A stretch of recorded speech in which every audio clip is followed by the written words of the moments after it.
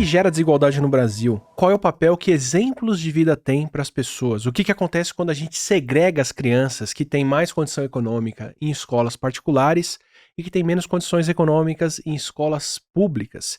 E quem são os reais beneficiados e prejudicados quando a gente tem, por exemplo, um sistema de cotas raciais privilegiando o acesso de alguns ou não para ensino público no país?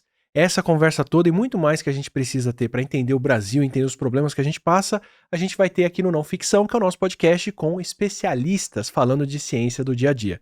Nosso especialista de hoje é o Michael França, que é economista social, coordenador do Núcleo de Estudos Raciais do INSPER, colunista da Folha de São Paulo, ciclista e estudioso de mecanismos que afetam a desigualdade social no Brasil. Bora ter esse papo com ele. E antes de partir para essa conversa, vou lembrar aqui que este episódio do Não Ficção também tem o apoio da Insider, a marca de roupas funcionais feitas com tecnologia para serem a roupa de todo dia e durarem muito tempo na sua rotina. Na minha, estão durando. Eu já aproveito essa chamada aqui para recomendar para você aproveitar a promoção de Black November para conhecer a camiseta Tech, que é essa aqui. Além do conforto e a tecnologia anti-odor, que são ótimos, no meu caso para correr atrás de criança e carregar a criança, eu tenho outro motivo para recomendar, que é a durabilidade. Foi só na semana passada que o meu filho pegou gosto pelo banho com a água caindo do chuveiro. Ou seja, até então era chuveirinho e se caísse água no rosto, ele vinha se enxugar na minha camiseta, com shampoo, com sabonete e tudo. Então camiseta para mim é usou, lavou. Ou seja, as camisetas que você me vê usando já passaram por várias lavagens e ainda estão assim, com o mesmo caimento e a mesma cor, enquanto camisetas de algodão, por exemplo, já estariam mais claras depois desse monte de lavagem. Então aproveita o nosso cupom ATILABF para conseguir até 40% de desconto enquanto eles tiverem o seu tamanho, porque esse Black November é movimentado. Marco, antes de tudo, muito obrigado por topar conversar, por estar aqui. É um privilégio enorme poder puxar esse papo com você. Cara, eu queria começar perguntando para as pessoas entenderem de onde vai vir a nossa conversa, por que a gente discute isso no Brasil e tal, para você me contar um pouco da tua trajetória, de como você, do que você estudou e como os problemas que você acha importantes estudar foram mudando conforme você foi se formando. Átila, a questão da trajetória de vida dos indivíduos, eu acho que está muito ligada à trajetória dos pais. Meu pai é retirante nordestino, nasceu num lugar pobre da Bahia, assolado pela seca, e veio para São Paulo tentar conseguir a vida. Depois foi para Minas Gerais e conheceu a minha mãe. Eh, então eu venho desse lugar que é de uma família de baixa renda. E em um determinado momento da vida, meu irmão falou sobre ensino superior. Até então eu não sabia sobre ensino superior, por causa que os próprios professores da escola não comentavam sobre isso. Então, quando meu irmão falou aquilo, já mudou uma chave na minha vida. Foi, eu vou estudar e vai ser por meio do estudo que eu vou conseguir ter uma certa mobilidade social. Uma experiência muito marcante que eu tive dando aula em cursinho popular, que foi um Uhum, negócio que foi super importante para eu criar o gosto de falar com as pessoas do que eu tô aprendendo. Passei a aprender também muito mais na graduação, depois de ter para quem contar aquilo que eu tava vendo. É que a primeira lição que a gente passava era que era possível fazer ensino superior. E uhum, mais, que era possível fazer ensino superior de graça. uhum, Porque era um cursinho que a prefeitura oferecia pra população, isso em Jandira, fora de São Paulo, bem fora de São Paulo. uhum, E o pessoal vinha muito do ensino público e não tinha vaga noção, assim. Muita gente tava ali pra, tipo, prestar uma universidade particular, tinha uhum, ProUni, tem ProUni, né? Pegar uhum, uma bolsa, coisa assim. E a gente tinha que trazer as pessoas e falar: olha, existe universidade pública, você tem como estudar de graça, uhum, é só prestar o vestibular. As pessoas achavam que era, pelo contrário, eram as universidades mais caras, porque uhum. ninguém falava de lá. Tinha uma barreira muito grande, era essa de abrir a possibilidade de acessar esse tipo de espaço, assim. Exatamente. Se você pegar a década de 90 e anos 2000, para muitas pessoas de baixa renda, pessoas da periferia, ensino superior era uma realidade muito distante, tá. E foi meio que nesse contexto, né, eu nasci em Uberaba, Minas Gerais, na periferia de Uberaba, que começou essa história relacionada a ensino superior, tá. Quando meu irmão falou sobre isso, existe essa possibilidade, enfim, eu comecei a estudar e meio que não parei, tá. Eu chegava, muitas vezes 8 horas da manhã na biblioteca, 9 horas e ia até 11 horas da noite.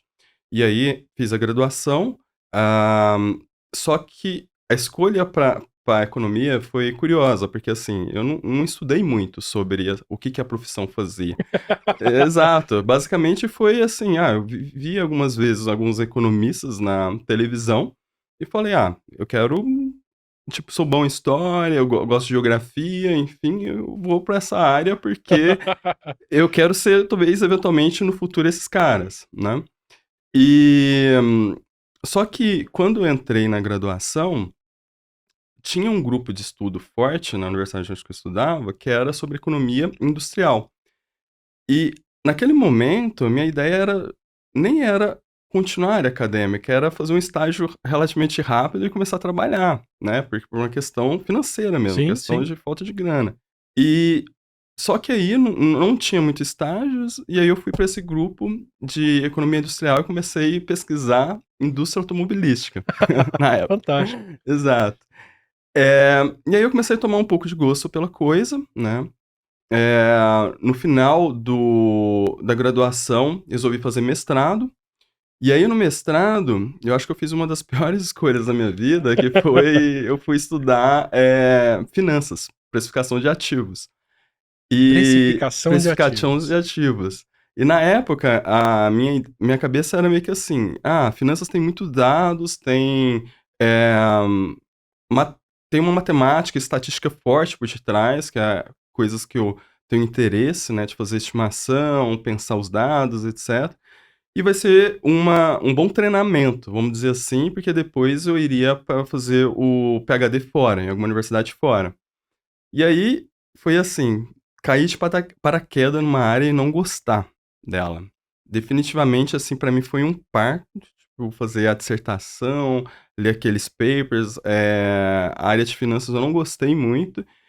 E, só que aí, quando chegou no final do mestrado, eu já estava um pouco meio desmotivado.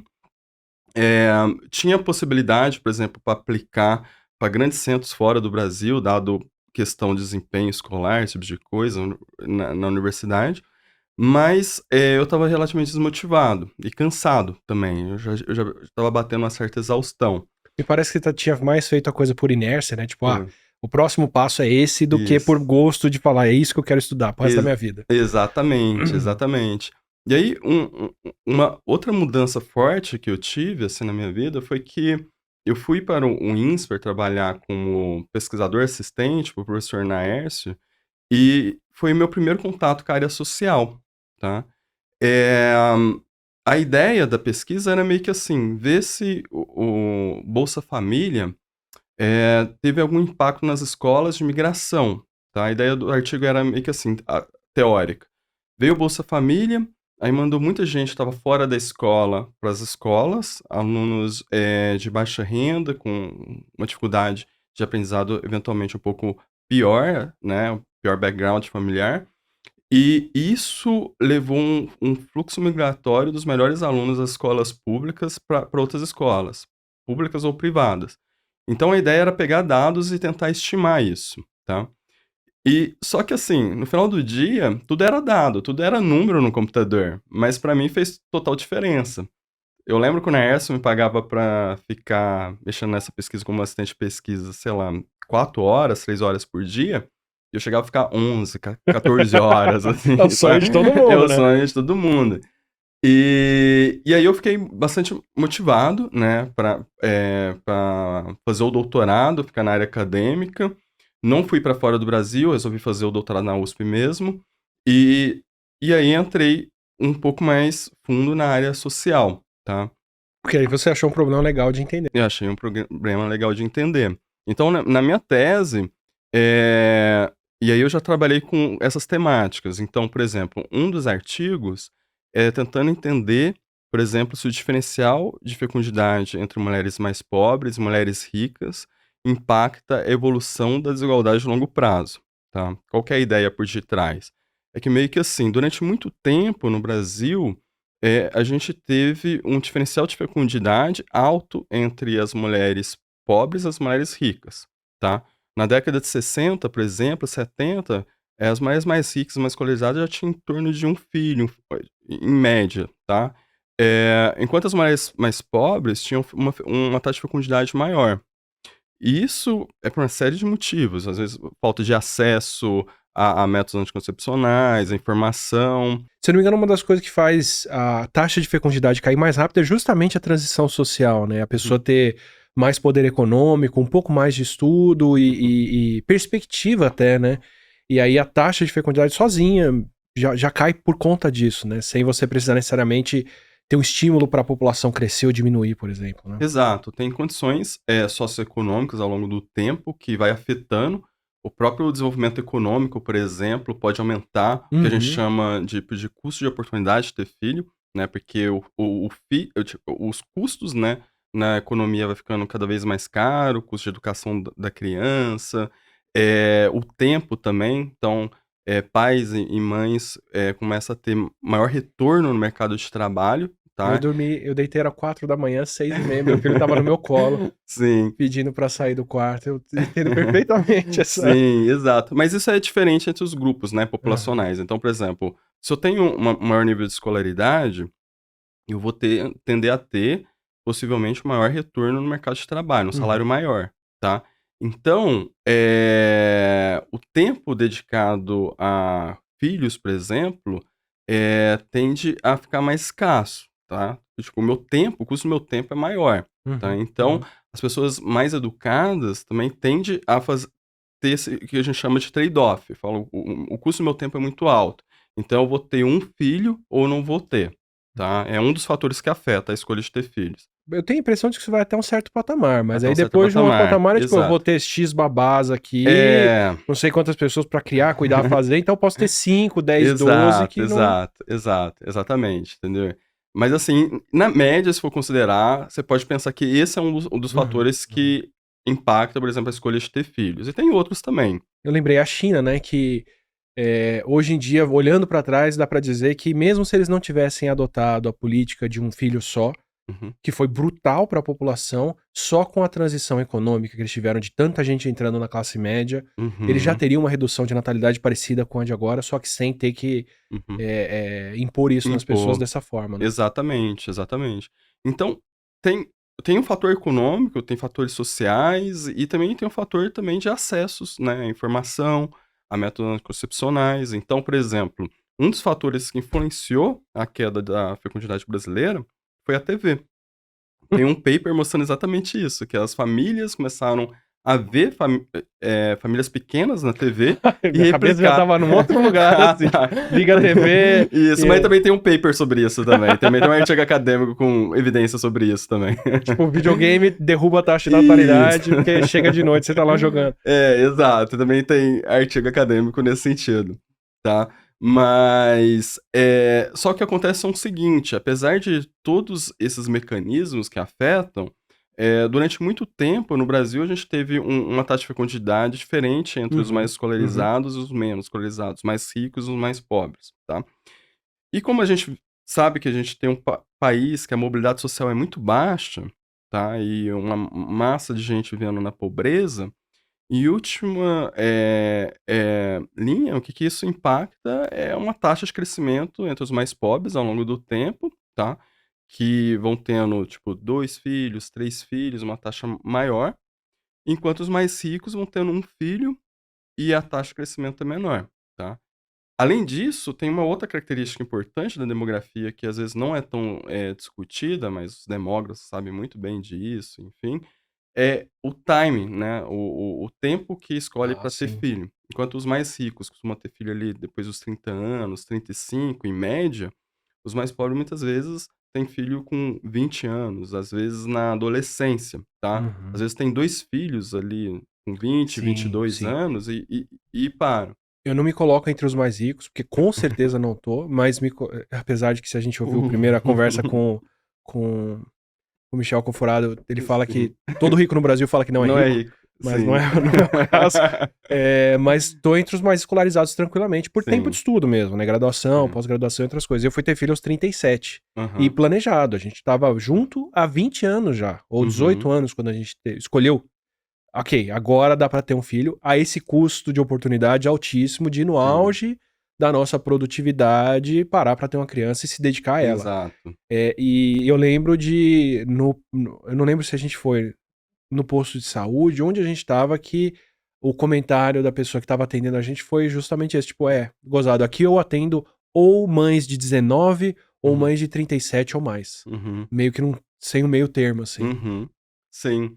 Eh, e isso tem vários impactos, eu vou parar para pensar, Uhum, socioeconômicos, né. Um deles é que, por exemplo, os mais escolarizados, né, tende a ser melhores professores, né. Tipo, por exemplo, se eu tenho maior nível educacional, eu tenho a probabilidade é comprar mais livros, é educar mais a criança, e a criança tende a absorver, a aprender mais com os pais uhum. mais escolarizados, tá. E com mais condições de dedicar atenção a eles Conti também, né. Exatamente, tá. Isso é evidência empírica, Uhum, tá. uhum, Os com menor nível de educação, por máximo que às vezes tenha vontade, né, às vezes não tem conhecimento suficiente para transferir para os filhos, uhum, conhecimento formal, que a gente está falando uhum. aqui.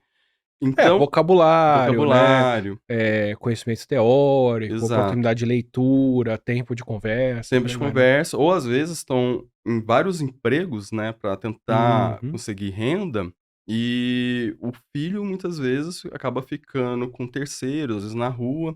Então, isso impacta também a formação intergeracional das pessoas, tá. Enquanto aqueles que têm maior nível de capital humano, escolaridade, que pode investir mais nas crianças e educar mais as crianças, estão ou não querendo ter filho ou tendo poucos filhos, os mais pobres que tende a ter menor disponibilidade de renda para investir na criança, na formação, na educação, tende a ter mais, tá. Então, a gente tem vários impactos disso, tá. A gente tem impacto na educação, na formação de capital humano, a gente tem um impacto na evasão escolar, muitas, adolescentes, né, de baixa renda, às vezes deixa a escola por causa que tem filho e vai cuidar da uhum, criança, às vezes o pai também, para de estudar e vai trabalhar.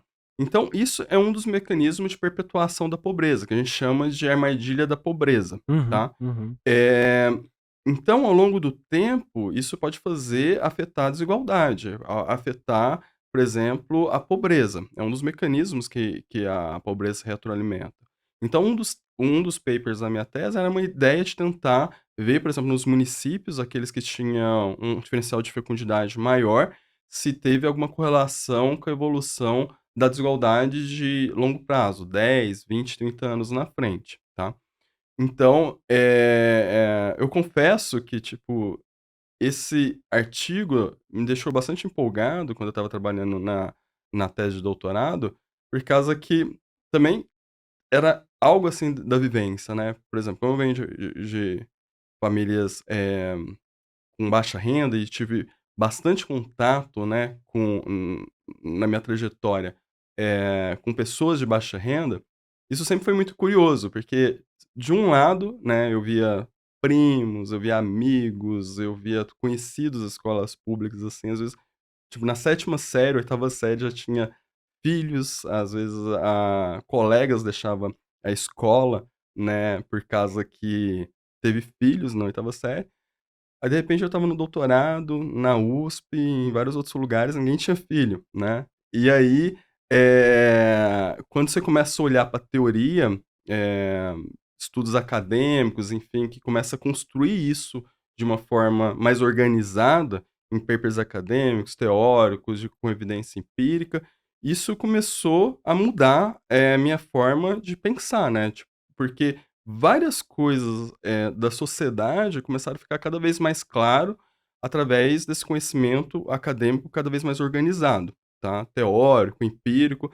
Então isso começou a me estimular muito intelectualmente, tá, e eu comecei a ficar cada vez, eu acho, mais, assim, vamos dizer, workaholic para estudar, entendeu. Horas de estudos que às vezes antes para mim era normal, assim, pegar das 9 às 11h, 9 horas da manhã às 11 horas da noite, de repente eu comecei a me encontrar, tipo, acordando de madrugada querendo ler paper, entendeu. E aí foi um processo interessante, porque eu fiquei bem estimulado academicamente. Nos outros papers também eu achei bem interessante os assuntos. Então, num segundo, eu, eu a ideia era estimar se a televisão teve algum impacto na identificação racial dos brasileiros ao longo do tempo. Qual que é a ideia? A gente sabe que a TV, durante muito tempo, foi predominantemente branca, tá? Ainda é, mas isso diminuiu um pouco no período recente, mas se pega a década de 70, 80, 90, era basicamente branca. E haviam estereótipos, tanto raciais, quanto de gênero, quanto, socioeconômicos lá claro, na TV, tá. E isso pode impactar o imaginário coletivo ao longo do tempo, esses estereótipos. Ah, o rico aparecendo ali como um ideal a ser perseguido, enquanto o pobre, com vários tipos de estereótipos negativos, as mulheres, os negros. Então isso tende a afetar a percepção da população ao longo do tempo, Uhum. mas uma coisa a gente sabe é falar, né, teorizar, e outra coisa é mostrar com dado, mostrar com evidência. Então, o que eu fiz foi pegar a entrada da Rede Globo na década de 70 até os anos 2000. A Rede Globo entrou de uma forma heterogênea entre os municípios do Brasil, no tempo e no espaço, e aí eu mostrei que naqueles lugares onde que a Rede Globo foi entrando primeiro, aumentou a probabilidade dos pais declararem os filhos como branco. Pais negros declararem os filhos como branco. Então, é uma evidência nesse sentido que a TV vai impactando a formação da identidade das pessoas e o imaginário coletivo, Que tá. doido. É. E assim, um pouco fora do tópico, mas dentro do tópico, eu lembro que quando a gente teve alguns problemas aqui no Brasil, a gente sempre teve esse tipo de problema, mas, de preconceito, de racismo e outras coisas, e eu não lembro qual deles que foi, que era uma pessoa, ah, ou se foi no futebol ou se foi na TV, mas foi algum caso de uma pessoa que, pra mim, era negra.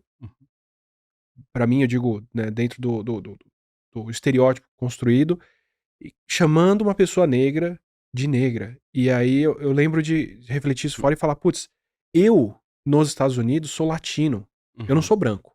uhum, Tipo, de mim pra cá, todo mundo aqui não é branco, ou é preto, ou enfim, é não branco uhum, para um americano. E a gente no Brasil se pega pelo gradiente de cor e de pessoas que têm a pele um pouco mais clara, chamando as pessoas de pele um pouco mais escura de negras e falando, uhum, chamando não, né, agindo com preconceito com base nessa diferença de tom, o que uhum, pra fora do país é tipo, todo mundo é preto. uhum, Agora aqui não, dentro dessa gradação, essas pessoas têm mais privilégio ou menos. Me soa como isso, assim, você ter uhum, pais negros uhum, chamando os filhos de brancos ou declarando os filhos como uhum, brancos dentro dessa coisa de, tipo, ó, dentro dessa escala que a gente tem aqui, ter a uhum, pele um pouquinho mais branca vai ajudar uhum. essa pessoa de alguma forma.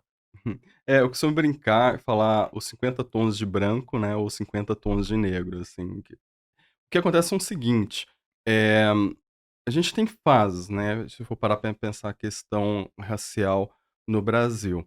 Se eu for pensar no período mais recente, na década de 80 e 90, a gente ainda tinha um período em que a identidade branca era tão valorizada que muitos negros queriam se declarar como, brancos, né, no sentido de ter ascensão social, tá, porque Uhum. a identidade negra era muito desvalorizada. Então, determinados locais do Brasil, se você chamasse a pessoas de negra, poderia dar até confusão, por causa que havia uma conotação negativa com a palavra. Só que a gente tem todo um processo recente, tá, por um conjunto de fatores que foi afetando a identificação racial e gerando uma valorização da identidade negra ao longo do tempo, tá. Então, por exemplo, se você pensar as cotas, ali nos anos 2000, foi meio que um primeiro momento recente em que toda a sociedade brasileira começou a refletir sobre o assunto, tá. Antes havia os movimentos negros tentando pautar isso, eh, havia setores da academia tentando pautar, mas ainda era muito pequeno. As cotas foi meio que um primeiro período agora um pouco mais recente que deu esse choque na sociedade como um todo e começou a refletir questões raciais, tá.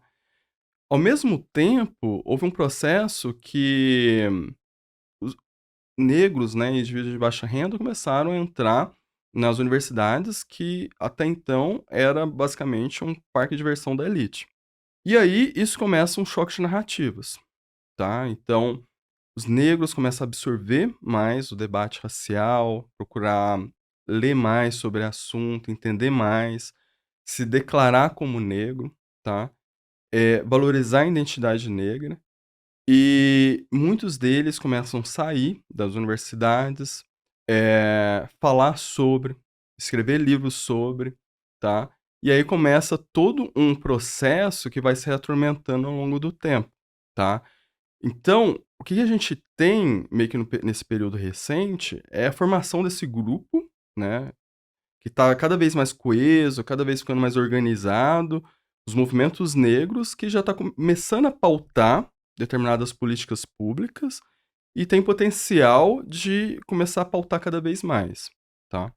Vou aproveitar essa noção que eu não tinha. Uhum, Faz todo sentido, é óbvio depois que você explica, mas uhum, que eu não tinha contato com ela, pra apontar falhas minhas. uhum, Eu Quando eu tomei contato com o movimento de cotas, eu lembro de abertamente falar: "Ó, não, a gente tem um problema social no Brasil de menos acesso de educação às pessoas de baixa renda, então pra mim faz muito mais sentido você abrir uhum, cotas que atendem demandas econômicas do que raciais". Então, pra mim fazia muito mais sentido as cotas atenderem uhum, populações de baixa renda e outras coisas, sem ter que entrar na questão de quem é negro ou quem não é, uhum, por tom de pele.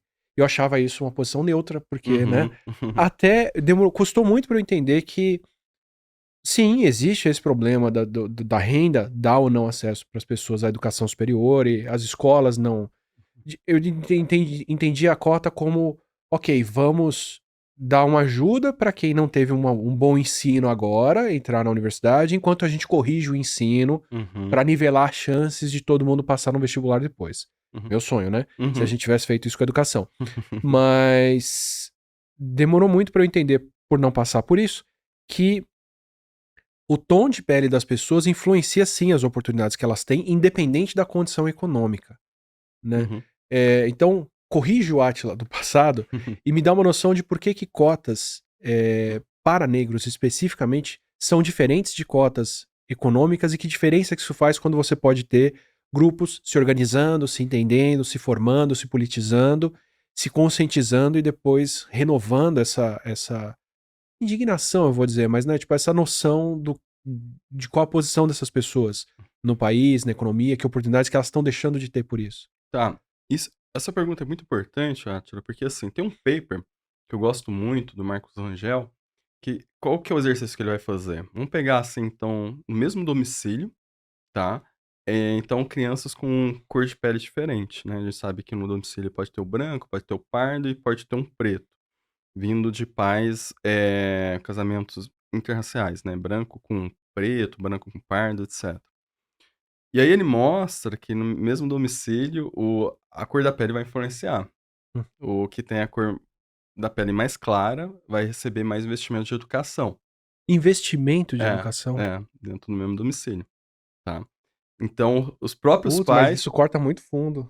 os próprios pais, tendem a discriminar. Então, Deixa eu deixa eu me situar. É discriminar ou também uma coisa tipo, se eu investir mais aqui o retorno vai ser maior? Inconsciente que eu tô dizendo, né, no sentido de tipo, exatamente. como numa sociedade machista, se É. você dá mais educação para o filho, ele vai ter um salário maior do que pra Uhum, filha, ou algo aham. assim. Exatamente, que não deixa de ser uma forma de discriminação, né. Claro, claro, É. claro. Então, por exemplo, teve uma vez na Folha de São Paulo que eu até escrevi um texto que era meio que assim, "Discriminação social é a maior?"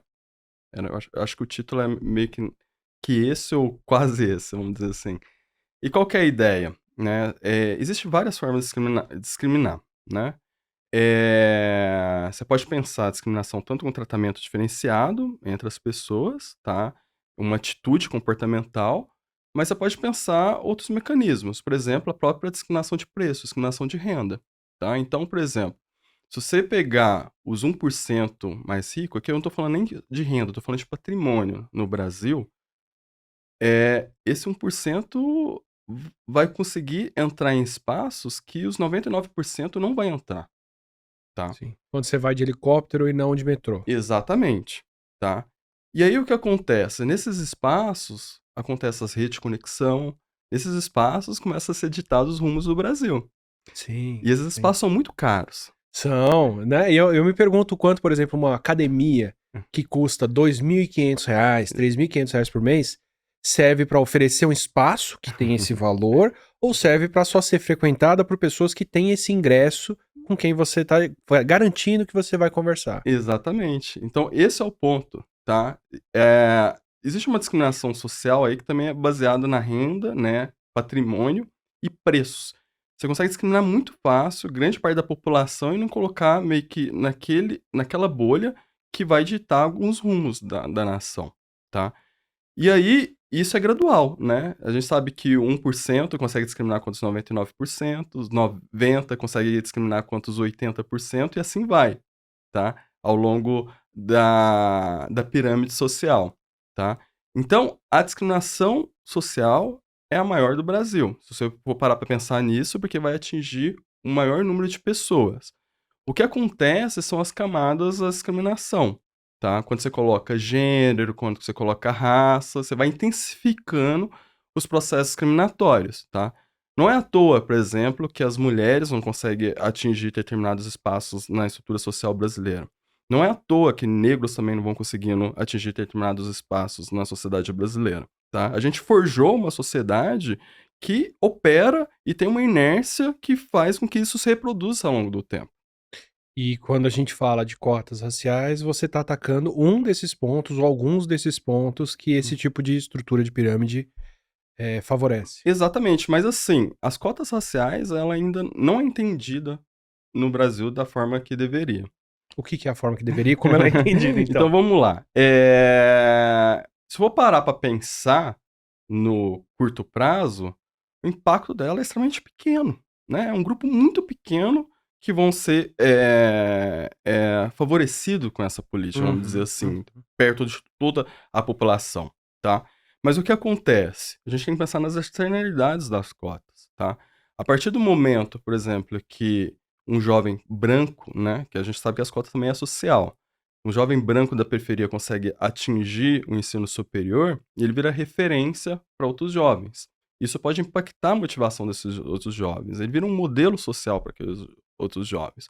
A partir do momento que um negro também chega nessa posição, ele começa a virar referência para outros, tá? E além disso, a gente tem uma formação de uma elite intelectual agora que é muito diferente dessa elite elitista que o Brasil sempre teve, tá? O pensamento social do Brasil sempre foi dominado por essa elite, tá? Que para o bem e para o mal, acertaram muitas coisas e erraram muitas coisas na história do Brasil. Uhum. A gente acordou que a gente não vive uma democracia racial não faz nem 10 anos, não faz nem 5 anos, tá? Sendo que era muito normal 10 anos atrás, 15 anos atrás, uma menina negra tá brincando com uma Barbie branca, tá vendo só pessoas brancas na televisão. Abre o livro didático e só vê pessoas brancas, tá. Então, essa nova formação, tá, de pessoas que vieram de origens desfavorecidas, tá causando choque de narrativas, tá. Uhum. E isso acaba Uhum. incomodando muito, e acaba incomodando muito essa elite que sempre teve seus espaços de privilégio.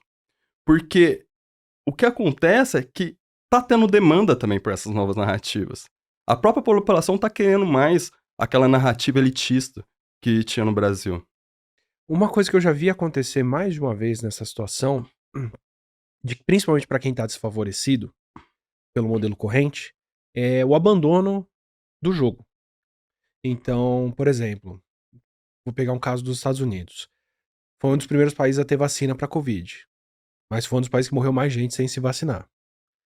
Em parte, não porque o pessoal questione vacina ou algo assim, também, mas tem uma parcela enorme da população lá que simplesmente não acredita que você pode ir num posto de saúde, que nem existe, nem tem posto, na verdade, receber uma vacina de graça e sair com aquilo. Para essas pessoas, o jogo, elas não querem fazer parte do jogo, elas não Hum. estão Elas estão fora desse jogo e mesmo que você tenha uma solução importante para a saúde delas ou para a vida delas, elas não vão participar daquilo porque nunca tiveram oportunidade de fazer isso, nunca tiveram um sistema de saúde público, por exemplo, algo assim.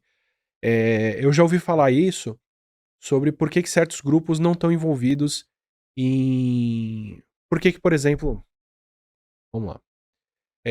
Por que você tem um predomínio masculino ou de brancos em certas áreas do conhecimento? Em parte por falta de acesso, mas em parte também porque as pessoas nunca se sentiram presentes naquele meio e nunca foram favorecidas por aquilo, então não vão jogar para aquela regra. Não adianta eu chegar agora com uma série de regras científicas, técnicas, para alguém que a ciência nunca atendeu, por exemplo. Você é uma pessoa que está transitando de um meio para outro via as regras do jogo. Você foi fazer graduação, pós-graduação, doutorado, pós-doc, está estudando, publicando, fazendo artigos e tendo contato com pesquisa e com problemas que você percebe que existem, que são latentes, mas que pouca gente estava estudando ou se dedicando a fazer isso porque era justamente até agora um grupo muito mais elitista que tinha acesso a isso e fazia. Por que fazer isso por dentro do jogo e que tipo de oportunidade que você vê fazendo isso? Que tipo de lacuna que você vê intelectual, social, econômica no Brasil que a gente precisa preencher com pessoas que vão pensar sobre isso? Bom, lacunas há várias, né. Então, por exemplo, uma lacuna clássica, tá, assédio sexual. Não se discute assédio sexual no Brasil direito, como merecia, tá. E é uma coisa que afeta as mulheres no dia a dia e atrapalha muito as mulheres chegar em posições de maior prestígio, né, e de maior hierarquia, posições de maior autoridade, tá. Eh, Nos Estados Unidos, por exemplo, com o Me Too, teve uma série de reformas, uma série de impactos aquilo, e um dos pontos era que as mulheres já estavam mais no poder e tinha mais espaço na sociedade americana. A desigualdade de gênero que tem no Brasil é uma coisa absurda, tá, em posições de poder, posições de prestígio. E assédio sexual é uma coisa que não é discutida, é sempre jogada para debaixo do tapete e afeta muito a vida das mulheres, tá. Outra coisa, maternidade, afeta demais na vida das mulheres, tá. Muito A gente vive ainda numa sociedade que a responsabilidade é jogada pela maternidade nas costas das mulheres. Tô eu aqui, a gente tá gravando enquanto meu filho tá com a minha esposa. Exato. E o que acontece? No caso americano, por exemplo, e na Europa, tem vários estudos mostrando que o gap, né, no mercado de trabalho, tá, a diferença entre homens e mulheres não é tão acentuada, ao longo do tempo, entre as mais escolarizadas. Depois que a mulher tem um filho, esse gap aumenta, essa lacuna, essa diferença aumenta e fica enorme. E por que isso Quer dizer, acontece? homens e mulheres vão ganhar um salário próximo, vão ter mais ou Isso, menos as mesmas oportunidades até a hora de ter filho. Depois isso, disso, eles ganham bem mais e elas nem tanto. exatamente, exatamente. Isso parte disso é explicado por causa que as normas sociais jogam uma pressão muito grande sobre as mulheres. Elas começam a escolher empregos que pagam menos, mas têm a maior flexibilidade, e começa a desistir, por exemplo, da carreira, porque é muita pressão, né? Você ter uma carreira, cuidar de filho, etc. Então, isso afeta muito a rentabilidade das mulheres ao longo do tempo, a carreira das mulheres ao longo do tempo, tá? Então, aqui no Brasil, esse tipo de discussão, por exemplo, tipo, muitas vezes é jogada para debaixo do tapete, tá. Então, se a gente tivesse mais mulheres em posições de poder, a gente começava a discutir mais isso, começava a discutir mais a questão do assédio, a questão da desigualdade no mercado de trabalho, feminicídio, tá. E as mesmas coisas acontecem para as outras áreas, tá. Indivíduos brancos ou negros de baixa renda, eh, a partir do momento que começar a entrar cada vez mais nesses espaços, a tendência é ter cada vez mais embate de narrativas, tá. Isso já começou e a tendência é disso cada vez mais amplificar, tá. Então a gente começa a meio que repensar como que a gente se organiza socialmente, tá? E, consequentemente, a tendência é a gente começar a pensar melhores mecanismos para lidar, né, com aqueles que sempre foram excluídos, tá? Não é à toa que a gente tem baixa mobilidade social no Brasil, que a gente tem uma desigualdade de renda tão acentuada, que a gente tem uma desigualdade de gênero, uma Acho que a desigualdade desigualdade de renda do racial, Brasil é uma das maiores do mundo, é né? uma das maiores do mundo e persistente, tá? Então, eu costumo falar que, assim, eh, a gente sempre olha para a educação dos mais pobres, que realmente a gente precisa melhorar, a gente não está melhorando, mas a gente tem que ver também a educação dos mais ricos no Brasil. Porque esse país, da forma que tá, com tanta injustiça, com tanta desigualdade, foi forjado para essa elite, que é extrativista, que muitas vezes vai pensar só no seu, não pensa no bem comum, tá? E os poucos da elite que pode fazer alguma coisa, às vezes não tem força suficiente, ou às vezes nem tem vontade, tá?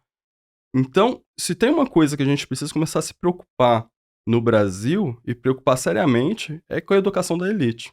Vou aproveitar e vou pegar esse ponto então, porque me parece que nas duas pontas é importante você ter uma mistura maior na educação. Você falou de exemplos, né, de como as crianças quando estão na escola, às vezes tem um exemplo de alguém falando em universidade ou numa profissão, alguma coisa, para entenderem que elas podem ter acesso a isso e disputarem a coisa. E agora você está me falando sobre quem está na situação mais privilegiada ter contato com pessoas que não estão nessa situação para entenderem que tem mais gente precisando de Hum, soluções no Brasil, né? Eh, a gente tem uma estrutura de ensino aqui que ela é bem polarizadora. Você pode ter acesso à escola pública ou à escola privada, diferentes categorias de escola privada, para contrastar com um país como o Japão, por exemplo, onde todo mundo tem que ir para a escola pública, ou até Estados uhum, Unidos, onde é muito caro você ter acesso a uma escola privada. Aqui não, a gente tem uma gradação bem grande entre pública e privada, grande o suficiente para você fazer o que você falou, por exemplo, sobre tem muitas crianças de baixa renda entrando nessa escola pública, eu vou levar para o meu filho para uma escola privada, que eu não tenho muita condição de pagar, vai ser uma escola mais barata, mas já é o suficiente para tirar um do contato com o outro. Que hum, efeito que a gente tem com essa segregação? Aconteceu isso que você estava medindo, uhum, de a entrada das crianças com Bolsa Família e outras coisas nas escolas públicas, levar mais alunos para o ensino privado, e o que que a gente perde como sociedade quando a gente tem essa cisão uhum, entre quem tem dinheiro põe o filho na escola privada, e aí quer mais é que o ensino público uhum, custe menos para o bolso via imposto, e quem sobra no ensino público sobra e pode ser abandonado, porque não vai uhum, afetar o filho de quem tem uhum, condições de decisão política uhum, ter sabonete ou não no banheiro da uhum, escola, né. uhum. Essa pergunta ela é bem interessante, porque, assim, com as cotas também teve um outro impacto. Parte da elite começou a mandar os filhos para estudar fora, nos Estados Unidos, e parte dos que tinham uma renda relativamente maior começaram, ou renda média, começaram a migrar para as escolas públicas, tá. Tem um paper da Úrsula mostrando isso, que alguns, em várias escolas privadas começaram a ter um fluxo migratório para escolas públicas para aproveitar a política de cotas, tá. Ah, entendi. É, Então, tipo, é. os pais já Ah, pensando na universidade vão colocar os filhos no ensino médio numa escola pública isso, para depois essa criança poder entrar por cota na universidade. isso. Hum, Mas, a questão acho que ela é bem importante, é a questão da segregação, né. Então, por exemplo, parte das escolhas é fundamentalmente pelo fato da gente ter uma sociedade muito segregada, tá. Então você pega lá, por exemplo, da elite, né, tem pessoas extremamente bem-intencionadas e tem pessoas que não, tem pessoas que só quer, extrair ali o máximo que pode e não pensa no bem comum. Mas às vezes até as bem-intencionadas, às vezes não têm uma compreensão, muito assertiva da sociedade, tá. A própria questão, por exemplo, social, racial, de gênero, é parte disso também, tipo, falta de, às vezes, determinado espaço que é só masculino, ou só branco, ou só de alta renda, não atrapalha, por exemplo, ter essa percepção de entender Uhum. o outro lado. Sobra a intenção, mas falta a noção, né? Exatamente, exatamente. Então tem evidência também mostrando que, assim, a partir do momento que os grupos começam a se socializar mais, integrar mais, começa a mudar a percepção dos mais ricos, tá. Então tem um paper que eu acho bem interessante na Universidade da Colômbia, extremamente, eh, cara, que depois que começou a ter cotas, eh, a percepção dos ricos relacionada à pobreza e à desigualdade mudou, e eles Uhum. começaram a ser bem mais favoráveis a políticas distributivas, por exemplo. Então, o interessante é isso, assim, conforme você vai misturando os grupos, vai mudando a percepção de ambos os lados, tá. Não é só Sim, do sim. rico em relação ao pobre, mas é do pobre em relação ao rico também, do pobre em Claro. relação ao mais escolarizado. E as Sim, sim. próprias escolhas dos mais pobres vai mudando ao longo do tempo. Então, por exemplo, os mais pobres, querer se educar mais, tá, postergar a idade, por exemplo, de ter filho, tá. Então, isso muda ao longo do tempo e pode gerar maior mobilidade social, tá, é uma das possibilidades.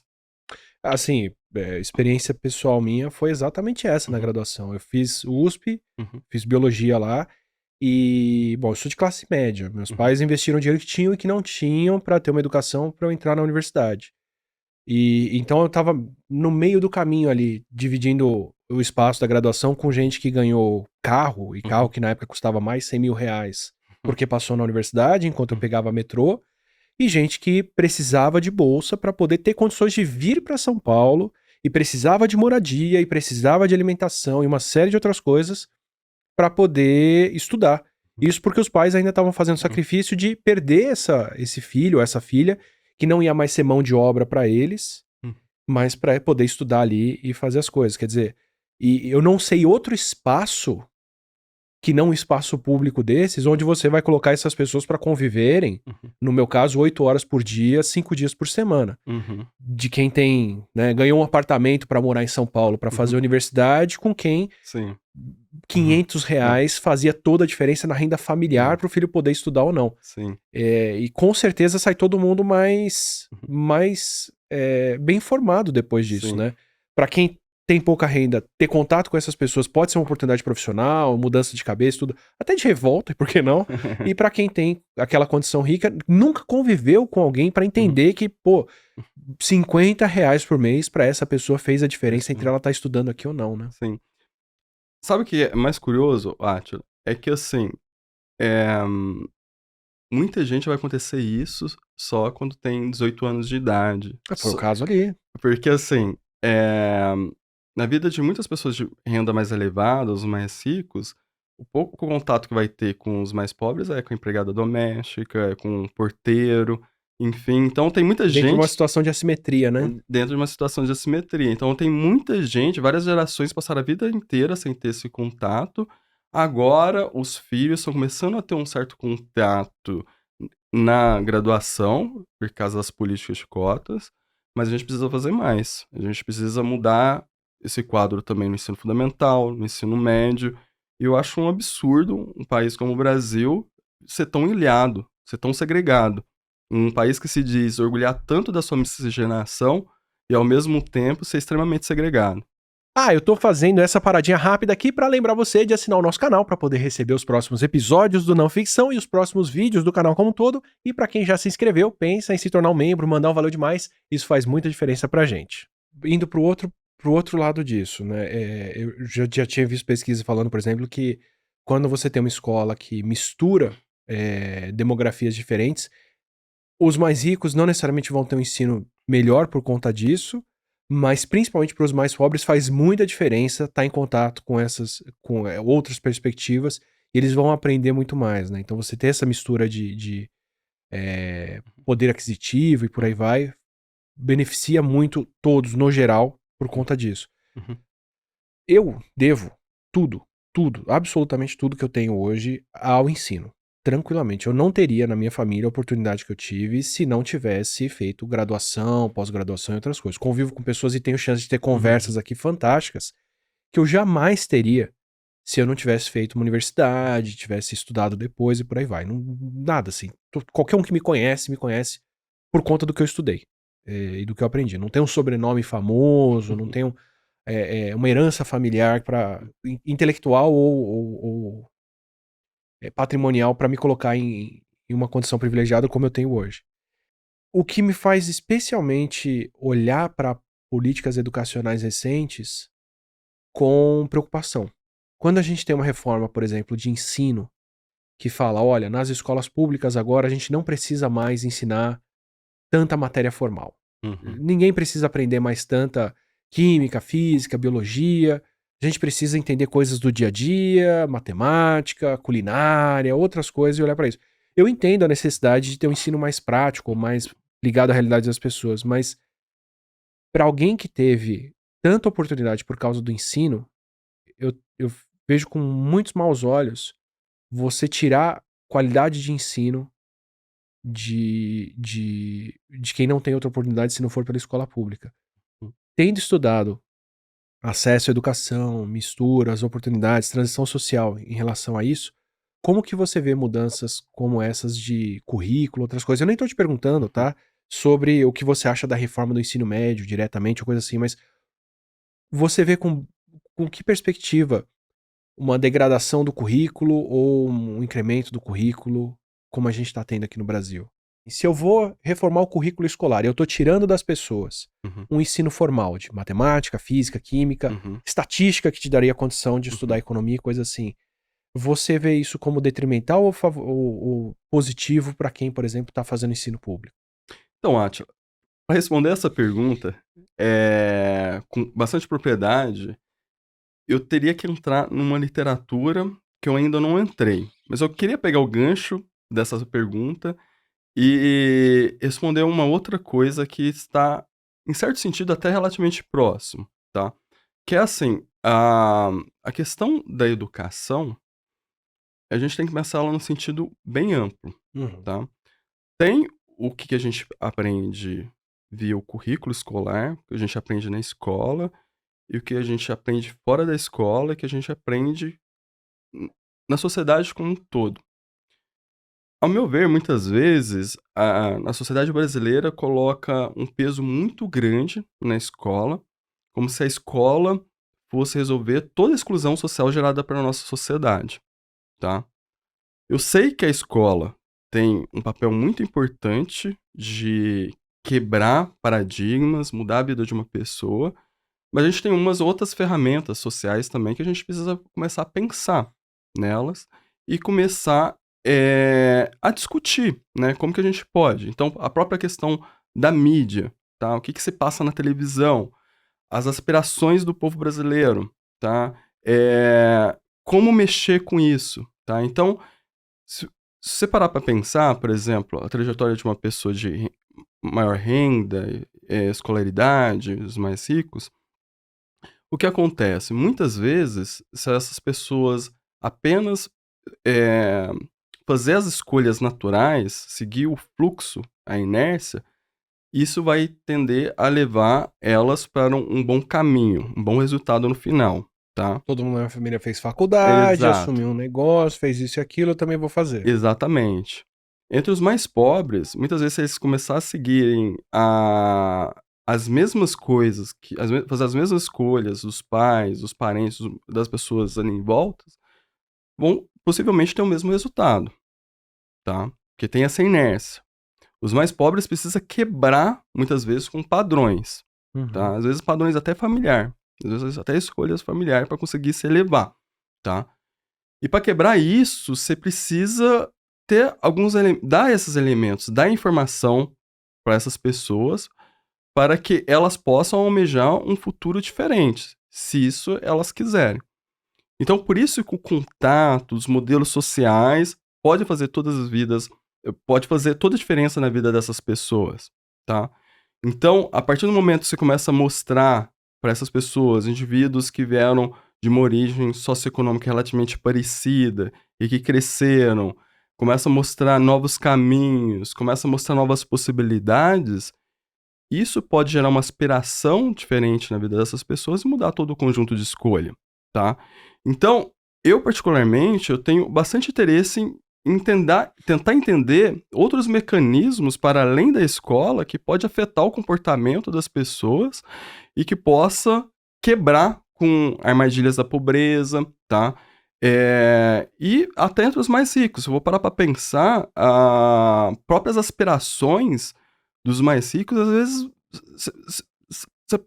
eu acho que tem que questionar, sabe? Imagina, às vezes, tipo, várias pessoas extremamente talentosas que quer apenas prestar um concurso, ter estabilidade. Poderia fazer muito mais pelo país, tá? Mas tá ali querendo se acomodar.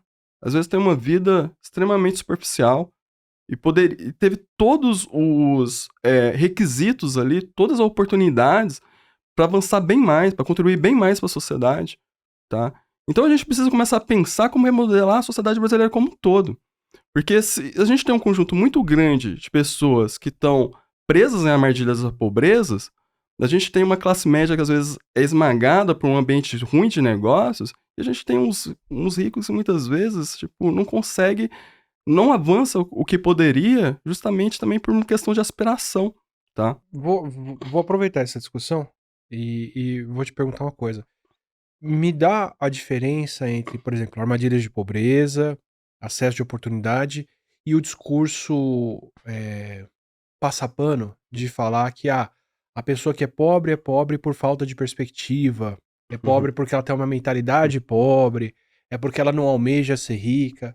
Me dá uma noção da diferença entre o que você fala de convivência, exemplos e outras coisas, e esse discurso que prega que o pobre é pobre porque ele, entre aspas, merece, ou Uhum. porque ele não sabe ser diferente. Eu vou tentar explicar contando uma história que eu gosto muito. Uma vez até escrevi na Folha uma coluna sobre isso, e eu costumo usar muito esse exemplo que é, vamos imaginar, por exemplo, 2 irmãos gêmeos, tá, que nasceram ali no mesmo ambiente, foram para a universidade, tiveram ali a mesma educação, o mesmo conjunto de oportunidades, e depois da universidade fizeram escolhas diferentes. Um decidiu, por exemplo, ficar aqui em São Paulo, trabalhar numa empresa, numa startup, e outro decidiu ter uma vida um pouco mais tranquila, ir para Itacaré, vender suas artes na praia. E ao longo do tempo, essas escolhas fizeram com que eles atingissem vários resultados relativamente distintos. Ou ficou aqui em São Paulo, trabalhou pra caramba, chegou a virar CEO de uma empresa, ganhou muito dinheiro, apesar de às vezes ter uma vida miserável, tipo, emocionalmente. Chegou ali, não investiu muito na saúde, envelheceu mal, teve um filho só, enquanto que foi para Itacaré, aproveitou a vida, se exercitou na praia, ganhava uma renda relativamente baixa, porque vendia só suas artes na praia, teve lá, vamos supor, 4 filhas, e chegou na velhice super bem, esbanjando saúde. O que acontece nesse cenário? A gente teve 2 indivíduos que tiveram um conjunto de oportunidades idênticos, né, muito parecido, e no final da vida gerou uma séria desigualdade. Desigualdade na renda, desigualdade na saúde, desigualdade na quantidade de filhos tidos. Essa desigualdade a gente pode chamar de uma desigualdade relativamente justa, porque partiu das escolhas dos indivíduos, das escolhas que eles tiveram ao longo da vida, tá? Tiveram as mesmas oportunidades e escolheram caminhos diferentes. Exatamente, tiveram as mesmas oportunidades, escolheram caminhos diferentes e se esforçaram, né, de forma diferente nesses caminhos, tá? É, só que acontece, o desafio está na próxima geração, que a gente começa a gerar uma desigualdade que a gente chama de injusta. Porque o filho do que ficou de São Paulo vai ter um patrimônio maior, herdar um patrimônio maior, vai ter acesso a uma cidade mais dinâmica, com maiores oportunidades de emprego, melhores redes de contato, tá? O seu pai vai ter capacidade de investir na melhor educação para ele, enquanto as filhas, o que foram para Itacaré, tá meio que condicional à escolha do pai. Tá condicional, por exemplo, a se ter alguma política pública ali, que vai dar alguma escola boa, algum hospital bom, para elas conseguir avançar na vida. E a tendência é elas vão conseguir avançar tanto quanto o que ficou aqui em São Paulo, tá? E aí, na próxima geração, isso vai se acentuar, porque o que ficou em São Paulo, a tendência é acumular mais capital, acumular mais dinheiro, acumular mais poder político, melhorar sua rede de contato, enquanto as herdeiras que for para Itacaré vai ficar cada vez mais distante, tá? Então, se a gente não conseguir pensar políticas públicas, formas de reorganizar a sociedade para garantir oportunidades mais equânimes, a gente gera essa desigualdade injusta. As filhas do que foi para Itacaré não vai conseguir se desenvolver tanto, não vai conseguir atingir seu potencial como ser humano, não vai conseguir atingir seus talentos, tá? E quem perde é a sociedade como um todo, tá? Porque a gente começa a ter uma massa de excluídos da sociedade que não consegue se desenvolver, atingir seu potencial, e os próprios ricos, às vezes, não vale a pena se esforçar para se elevar. Às vezes vale a pena, tipo, tentar subsídio no governo, tentar algum cargo público. Os próprios ricos, às vezes, não vão conseguir atingir seu potencial. Vai formar uma empresa ali que, às vezes, vai ser protegida pelo Estado, pelo governo, uma empresa ineficiente, tá? Então, isso enrijece a sociedade de uma tal forma, não é por acaso que a gente está crescendo faz muito tempo, pouco, que a gente tem uma desigualdade e uma pobreza que se retroalimenta ao longo do tempo. Então a gente tem que repensar todos esses processos, tá? E a política é uma das formas de fazer isso. Só que quando você olha para a política, você vai olhar para o Congresso, você vai olhar para os governadores, basicamente é um retrato da elite, entendeu? E às vezes tem até pessoas bem intencionadas, mas às vezes faz política mal feita, política ineficiente, política que não impacta a vida da população. Porque como que a gente tem uma massa de miseráveis, uma massa de população com baixo nível de educação, às vezes a política é só para ganhar voto, não é para impactar a vida da pessoa. Porque, de certa forma, para quem tá na situação privilegiada, é muito bom ter mão de obra barata, qualquer coisa fazer uma diferença, né? É mais fácil de fazer uma política popular quando você precisa gastar pouco para contentar as pessoas, Uhum. né? É, quanto que você vê da nossa situação atual ser mais uma falta de capacidade das pessoas ou se é essa armadilha de oportunidade? Ou para colocar de outra forma, a gente tem 200 milhões de habitantes, é um país enorme. A gente não tem nenhum prêmio Nobel Hum. direto, brasileiro, aqui, individual, uma cientista, um economista, alguém que foi premiado. É que o de economia não é bem Nobel, né? Como é que é o nome? É o Nobel também. Tem o Nobel, né? É. Uhum. Ah, não, é na matemática que tem o É, Fields. isso. E quanto que a gente não tem pessoas reconhecidas internacionalmente porque a capacidade brasileira é menor, ou quanto que a gente não tem por ter uma população enorme, mas pouquíssimos desses com real oportunidade de fazer contribuições que podem ser reconhecidas. Quantos prêmios Nobel a gente já não perdeu que não tiveram um ensino bom ou não tiveram a oportunidade de usar essa capacidade intelectual que teriam por conta da situação do país? Essa questão tá um pouco amarrada com o que eu disse anteriormente. Então, se eu vou parar para pensar, às vezes, mesmo os que têm a oportunidade, às vezes não tem incentivo para ir além, porque não tem competição. Tá? Não tem. Ele já tá ali. Pô, eu já tenho uma condição socioeconômica extremamente favorecida. Eu já sou visto. Hã? Se eu puder fazer uma intromissão, Claro. quando saí do cursinho popular e fui Aham. dar aula em cursinho particular, primeiro dia de aula, eu falei, eu vou convencer esses alunos na Uhum. ganância aqui. Uhum. Tinha soltado o PlayStation 4 na época. Uhum. Eu falei, eu vou convencer eles com isso. Cheguei e coloquei na lousa, ó, tô dando aula de química e biologia pra vocês. Se você passar na universidade pública, você vai deixar de gastar tanto por mês, isso vale não sei quantos PlayStation aqui. Num ano você consegue ter o PlayStation e não sei quantos jogos. Falei, vou pegar a molecada assim. Senhor, eu sou herdeiro. Acabou ali a conversa, sabe? Tipo, É sobre isso. É um pouco sobre isso também. Então, pega, por exemplo, eu passei em Colômbia um tempo como pesquisador lá e passei também em Stanford. Lá eu achei impressionante o nível de profissionalismo dos professores, dos alunos, a vontade de querer aprender, a vontade de querer ir além, tá. E aí eu lembro quando eu estava em Colômbia, eu voltei para o Brasil, na USP, aí eu ia conversar com meus colegas, desculpa meus colegas se estiver assistindo, mas muitas vezes ia querer conversar sobre pesquisa, Aí o pessoal queria falar sobre futebol, queria falar sobre BBB. Olhava professores na USP, poxa, n na USP era assim, eu tive vários bons professores na USP, mas tem vários também que, por favor, né. E tiveram todas as condições, tá. Eu acho que é um pouco sobre isso porque a gente não tem, prêmio Nobel no Brasil. Aqueles que têm oportunidade, muitas vezes se acomodam, não quer ir além. E muitos não têm oportunidade. Então como gerar prêmio Nobel num país assim, tá? Que é aqueles que têm oportunidade, às vezes não têm incentivo, às vezes não têm vontade, não tem competição pra empurrar eles ir além, tá? Tudo é meio dado. Você tá dando um outro ponto, né, que se você tem essa desigualdade garantida por lei ou pela maneira como a coisa é aplicada, pra quem tem acesso ao privilégio, você não precisa de grande esforço pra isso, né. Exatamente, entendeu? Muitos que estão aí em várias posições de prestígio e poder, basicamente não fez quase nada, foi só a inércia que foi empurrando eles. Nasceu com o sobrenome certo, teve acesso aos contatos sociais que colocaram a pessoa nisso. Exatamente.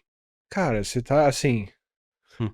quer dizer, no fim o discurso de o pobre é pobre por causa da mentalidade pobre, tem N outras coisas contando, mas você pode ter o rico que é rico por inércia também, né, por o rico que é medíocre, porque não precisou ser diferente, né. Exatamente, exatamente. Então você pensa, por exemplo, a própria questão de cotas, é uma forma de eliminar os medíocres. Porque assim,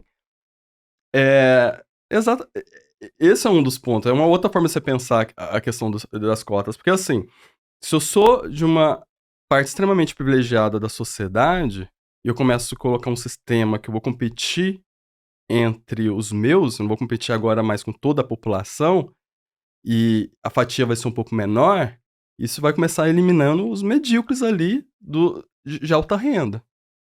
Enquanto você vai dar ali uma oportunidade melhor para aqueles mais favorecidos, para pegar os melhores entre os mais Cara, é favorecidos, verdade. Você pode ser um entendeu? rico vagabundo se você é um rico com privilégios. Exatamente, Mais privilégios, né, mais exatamente, garantidos. exatamente, entendeu? Então o sistema de cota também ajudou a excluir os medíocres, tá?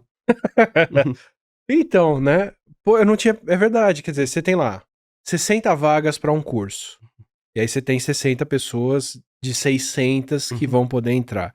Aí você fala: "Não, eu vou separar 15 vagas pra cotas, uhum, que vão ser hiper competitivas, porque o tanto de gente que no Brasil se qualifica pra entrar em cotas vai ser muito mais gente do que, quem não se qualifica, e sobraram 45 vagas, então agora tem 15 uhum, que eram privilegiados pelo sistema anterior que não vão mais ser. uhum, E teoricamente são os 15 piores dessa turma, né? Seriam os que passariam com as últimas notas. uhum.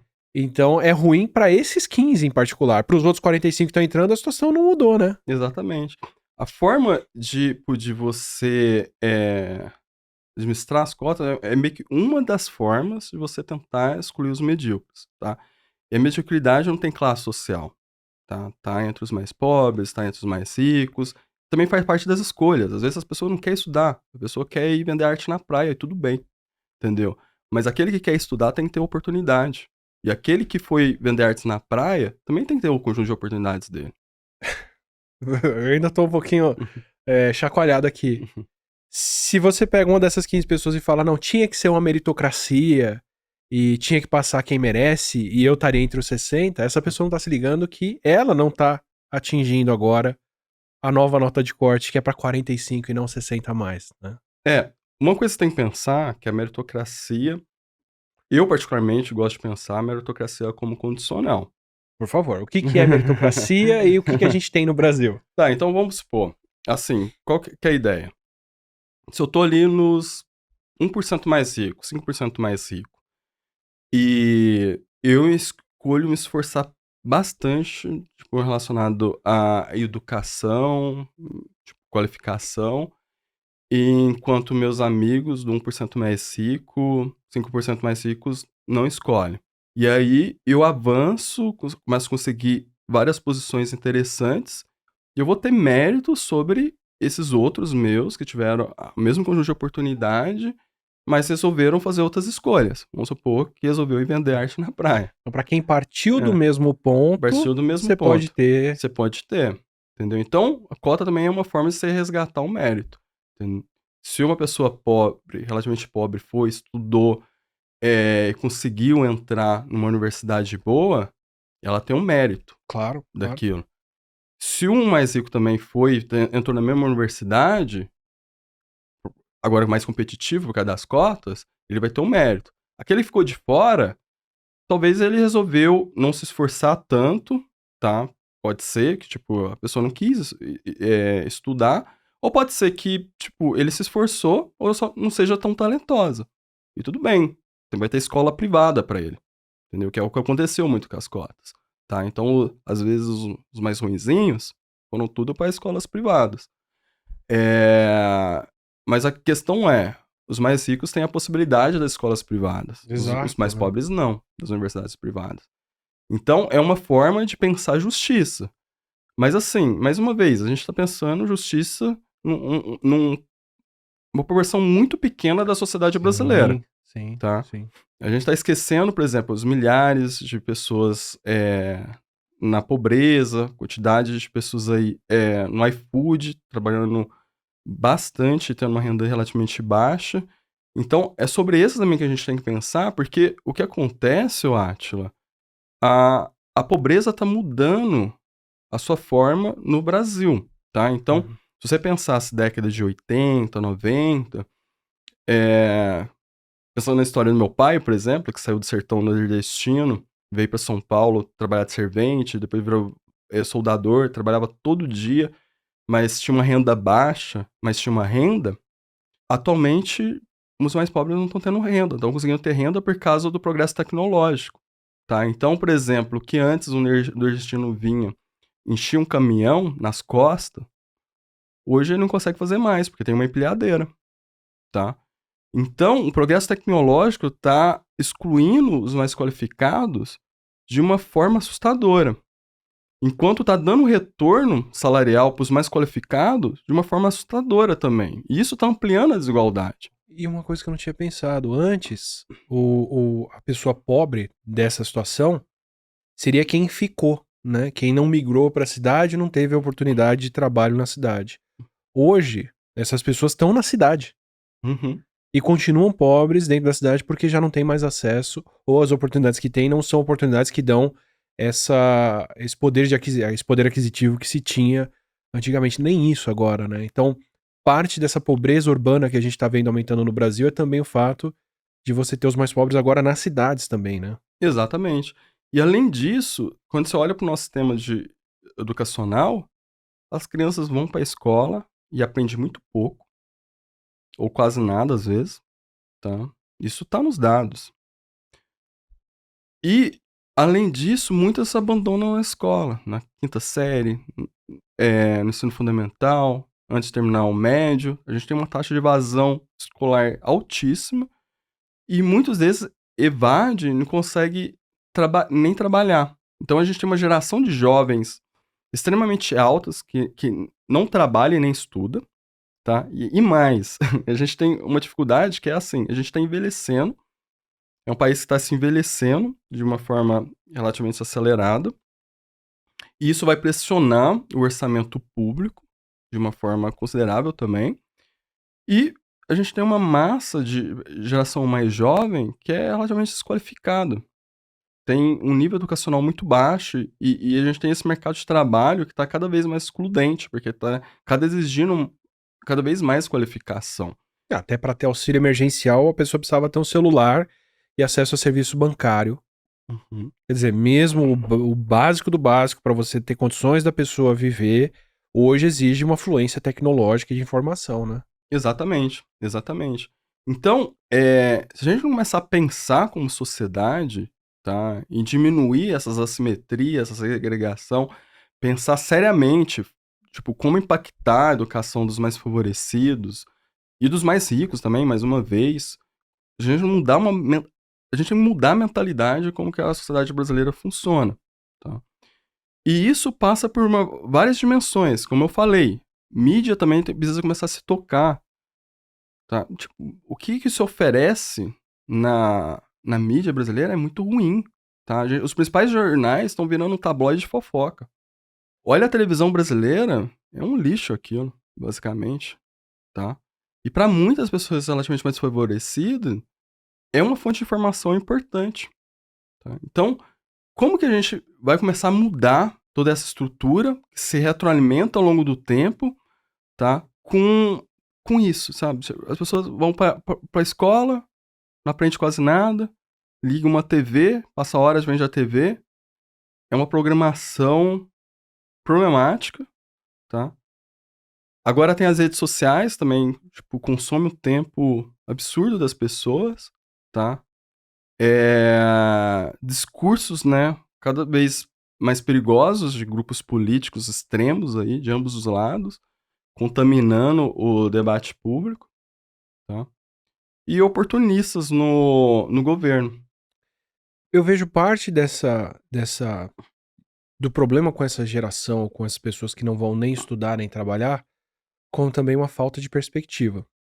De você ver que mesmo entre quem está estudando e trabalhando, a renda não é suficiente para ter uma condição de vida boa, para criar uma família, para ter a sua casa, para ter um carro, para ter qualquer coisa, né. A gente ter as gerações mais novas descobrindo que, ao contrário dos pais que conseguiram com um salário manter uma família ou com, né, uma renda ou 2 rendas em casa, criar vários filhos e por aí vai, o custo de vida hoje está muito diferente. Então, né, para que eu vou estudar ou trabalhar se mesmo estudando e trabalhando eu não vou ter condições de vida muito melhores do que as que eu tenho agora.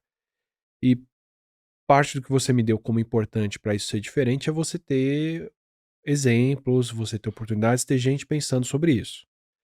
Também entendi que para você atender essas pessoas, você tem que ter quem pensa políticas públicas, quem estuda o Brasil, quem estuda a situação econômica e outras coisas, olhando para esse problema. E você só vai ter isso se você tem um grupo diferente entrando e passando a pensar nesses problemas. Como eu vejo você, por exemplo, me contando dos seus interesses conforme você foi estudando. Mas para fazer isso, você tem que conquistar espaço. Você tem que conseguir uma vaga de alguém que estava antes sendo favorecido dentro do sistema tradicional brasileiro do século XIX, do século XIV, XV, elitista, branco, por aí vai. Então, assim, para sair do problema, você precisa ter melhores exemplos, mais gente, mais diversidade ocupando esses espaços, mas para ocupar esses espaços com mais diversidade, vai ter gente que vai perder o lugar. Você vê esse movimento que a gente tem de radicalização, de extrema direita voltando a aparecer, de um racismo que já foi mais velado voltando a ser vocalizado e de políticas mais eugenistas mesmo, explicitamente eugenistas, não só no Brasil, mas, né, Estados Unidos, Europa, políticas anti-imigração ou políticas, de impedir o voto, a participação de certos grupos e por aí vai, como uma reação a essa ocupação. Eu acho que a primeira coisa, eu acho que a gente precisa começar a entender melhor, antes disso tudo, é que, assim, não necessariamente a inclusão vai causar uma exclusão, por exemplo, de uma vaga, Boa. tá. Tem, alguns, vamos dizer assim, determinadas posições sim, né, então, por exemplo, você pensa congresso, pensa governo, sim, tipo, entrar mais mulheres, mais pessoas de origem desfavorecida, negros ali, vai excluir, tipo, muitos homens de alta renda que estão ali, mas se E o pensar que a gente está vendo na discussão ministerial do Brasil hoje, eu que acompanho pouquíssimo de política, é justamente essas mulheres e essas populações mais favorecidas sendo atacadas nos ministérios para dar espaço para mais sim. homens brancos e por aí vai. Exatamente. Mas assim, se você parar pra pensar na economia, mercado de trabalho, por exemplo, o que acontece? A tendência é, a partir do momento que você começa a gerar maior inclusão social, incluir esses grupos que estão excluídos, marginalizados, a economia começa a crescer e desenvolver mais, tá? Você tem como crescer o bolo e fazer mais fatias. Exatamente, exatamente. Tem um paper que foi publicado na Econométrica nos anos 2000. Econométrica é uma das melhores revistas de economia do mundo, que mostrou que, por exemplo, a inclusão de mulheres e negros na economia americana teve um impacto gigantesco no PIB, no crescimento do PIB. O processo que foi incluindo essas pessoas que estavam mais marginalizadas e tal, e aí agrega mais talentos na economia, e a economia cresce, abre mais postos de trabalho, tá? Quer dizer, não é que as pessoas mais ricas estão perdendo dinheiro, é que Uhum. você gera mais dinheiro, então mais pessoas vão ter condições de ficar mais ricas. Exatamente, exatamente. Esse é um dos pontos. Então, na mais uma vez, no Brasil, às vezes, tem que destravar um pouco esse debate.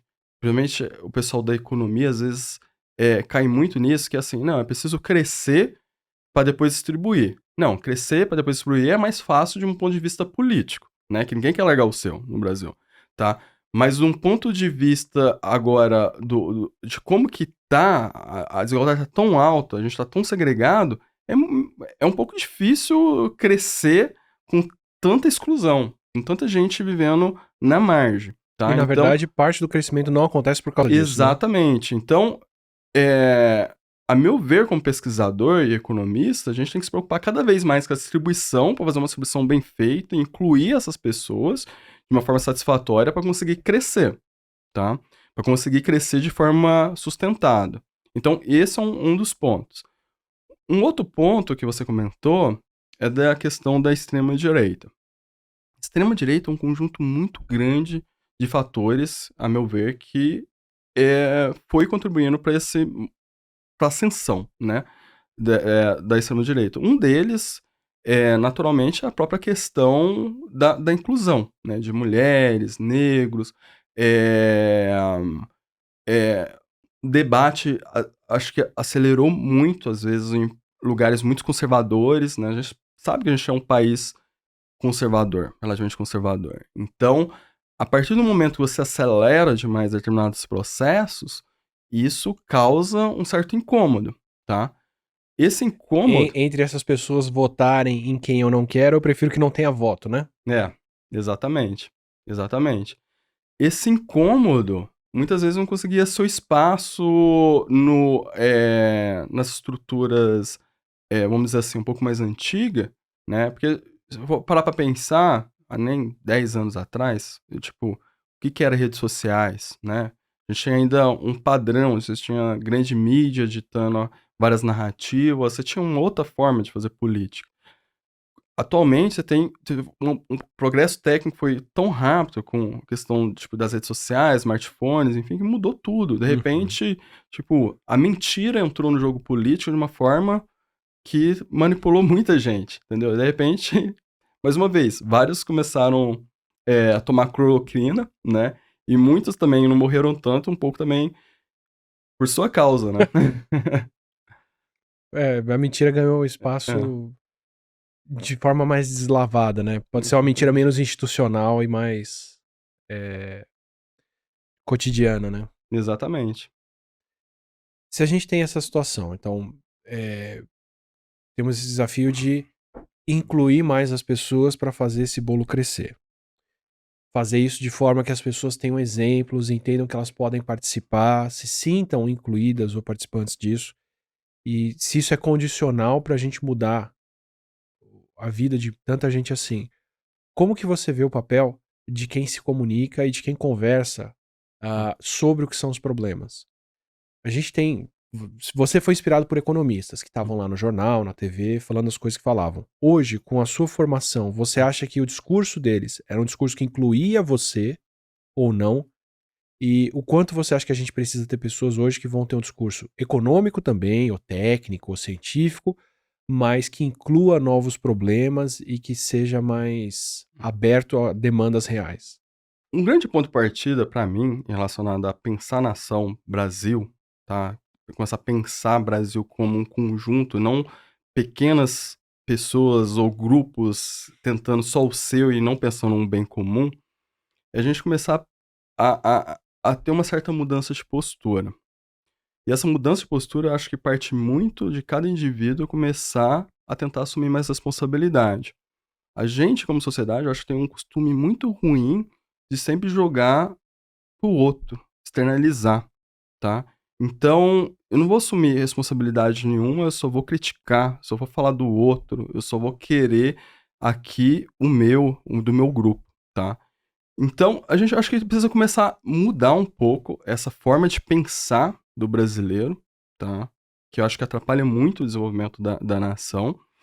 E cada grupo, né, cada pessoa tem sua responsabilidade nesse todo, tá. Então, eu acho que Aqui no Brasil, acho que a gente tem muito essa dificuldade, pelo fato de ser muito desigual, em parte disso, que é a responsabilidade individual do que é a responsabilidade coletiva, tá. Então, por exemplo, o caso americano é um país que acaba jogando muito pra responsabilidade individual, Uhum, tá. uhum, uhum. Mas lá, se for parar pra pensar, tem um conjunto de oportunidade muito maior, tá. A mobilidade social lá também tá caindo, mas é uma mobilidade social alta, relativamente. Em Então especial se você comparar com a Europa, por exemplo, né. exatamente, exatamente, tá. Então lá eu acho que fica um pouco mais claro esse tipo de coisa, porque, assim, fala: "Ah, não, muitos conseguiram sair do nada e ter alguma coisa", tá. E tem mais oportunidades. Aqui no Brasil, fica uma coisa muito estranha, tá. Então, fica uma coisa assim: "Ah, o indivíduo não pode assumir responsabilidade, por causa que ele é pobre, ele tá na armadilha da pobreza", tá. Grande parte sim, tá, mas também tem responsabilidade individual que a gente precisa começar a pensar, tá. Tanto no pobre, quanto no rico, quanto na classe média, tá. E começar a remodelar, por exemplo, o que os a responsabilidade dos atores, assim, sabe. Eu acho que a gente, como sociedade, tem muita dificuldade nisso, assim, tipo, o que eu vou fazer, tá. Muitas vezes você olha do pobre até o mais rico, sempre externalizando responsabilidades. E eu acho que a gente precisaria fazer uma coisa extremamente contrária, tá. Tipo, vamos assumir mais responsabilidades, tá. Eu sei que o mais pobre tem dificuldade, a gente vai tentar dar mais oportunidades, tá, mas tem várias pessoas incríveis na pobreza, com várias dificuldades, que fizeram muito pela sociedade, pela sua comunidade, e estão avançando de forma significativa, impactando vários locais, entendeu. Então, o que que tem nessas pessoas que se ergueram, começaram a impactar ali, vieram do nada, e no meio ali, tipo, basicamente não, o pessoal tá ali na inércia, só reproduzindo o que os pais fazem, tá. Às vezes, tipo, desmotivado, tá. Então como ampliar mais as responsabilidades desses indivíduos, de baixa renda, mais pobre, mais favorecido, mas também dos mais ricos, tá. Que convenhamos, muitos têm muito poder e não fazem nada, tá. Só tem uma vida superficial e reproduz ali uma coisa que fala: "Nossa", tipo, a pessoa tem tanta possibilidade, tanta oportunidade de contribuir, fazer alguma coisa, e tem essa vida superficial.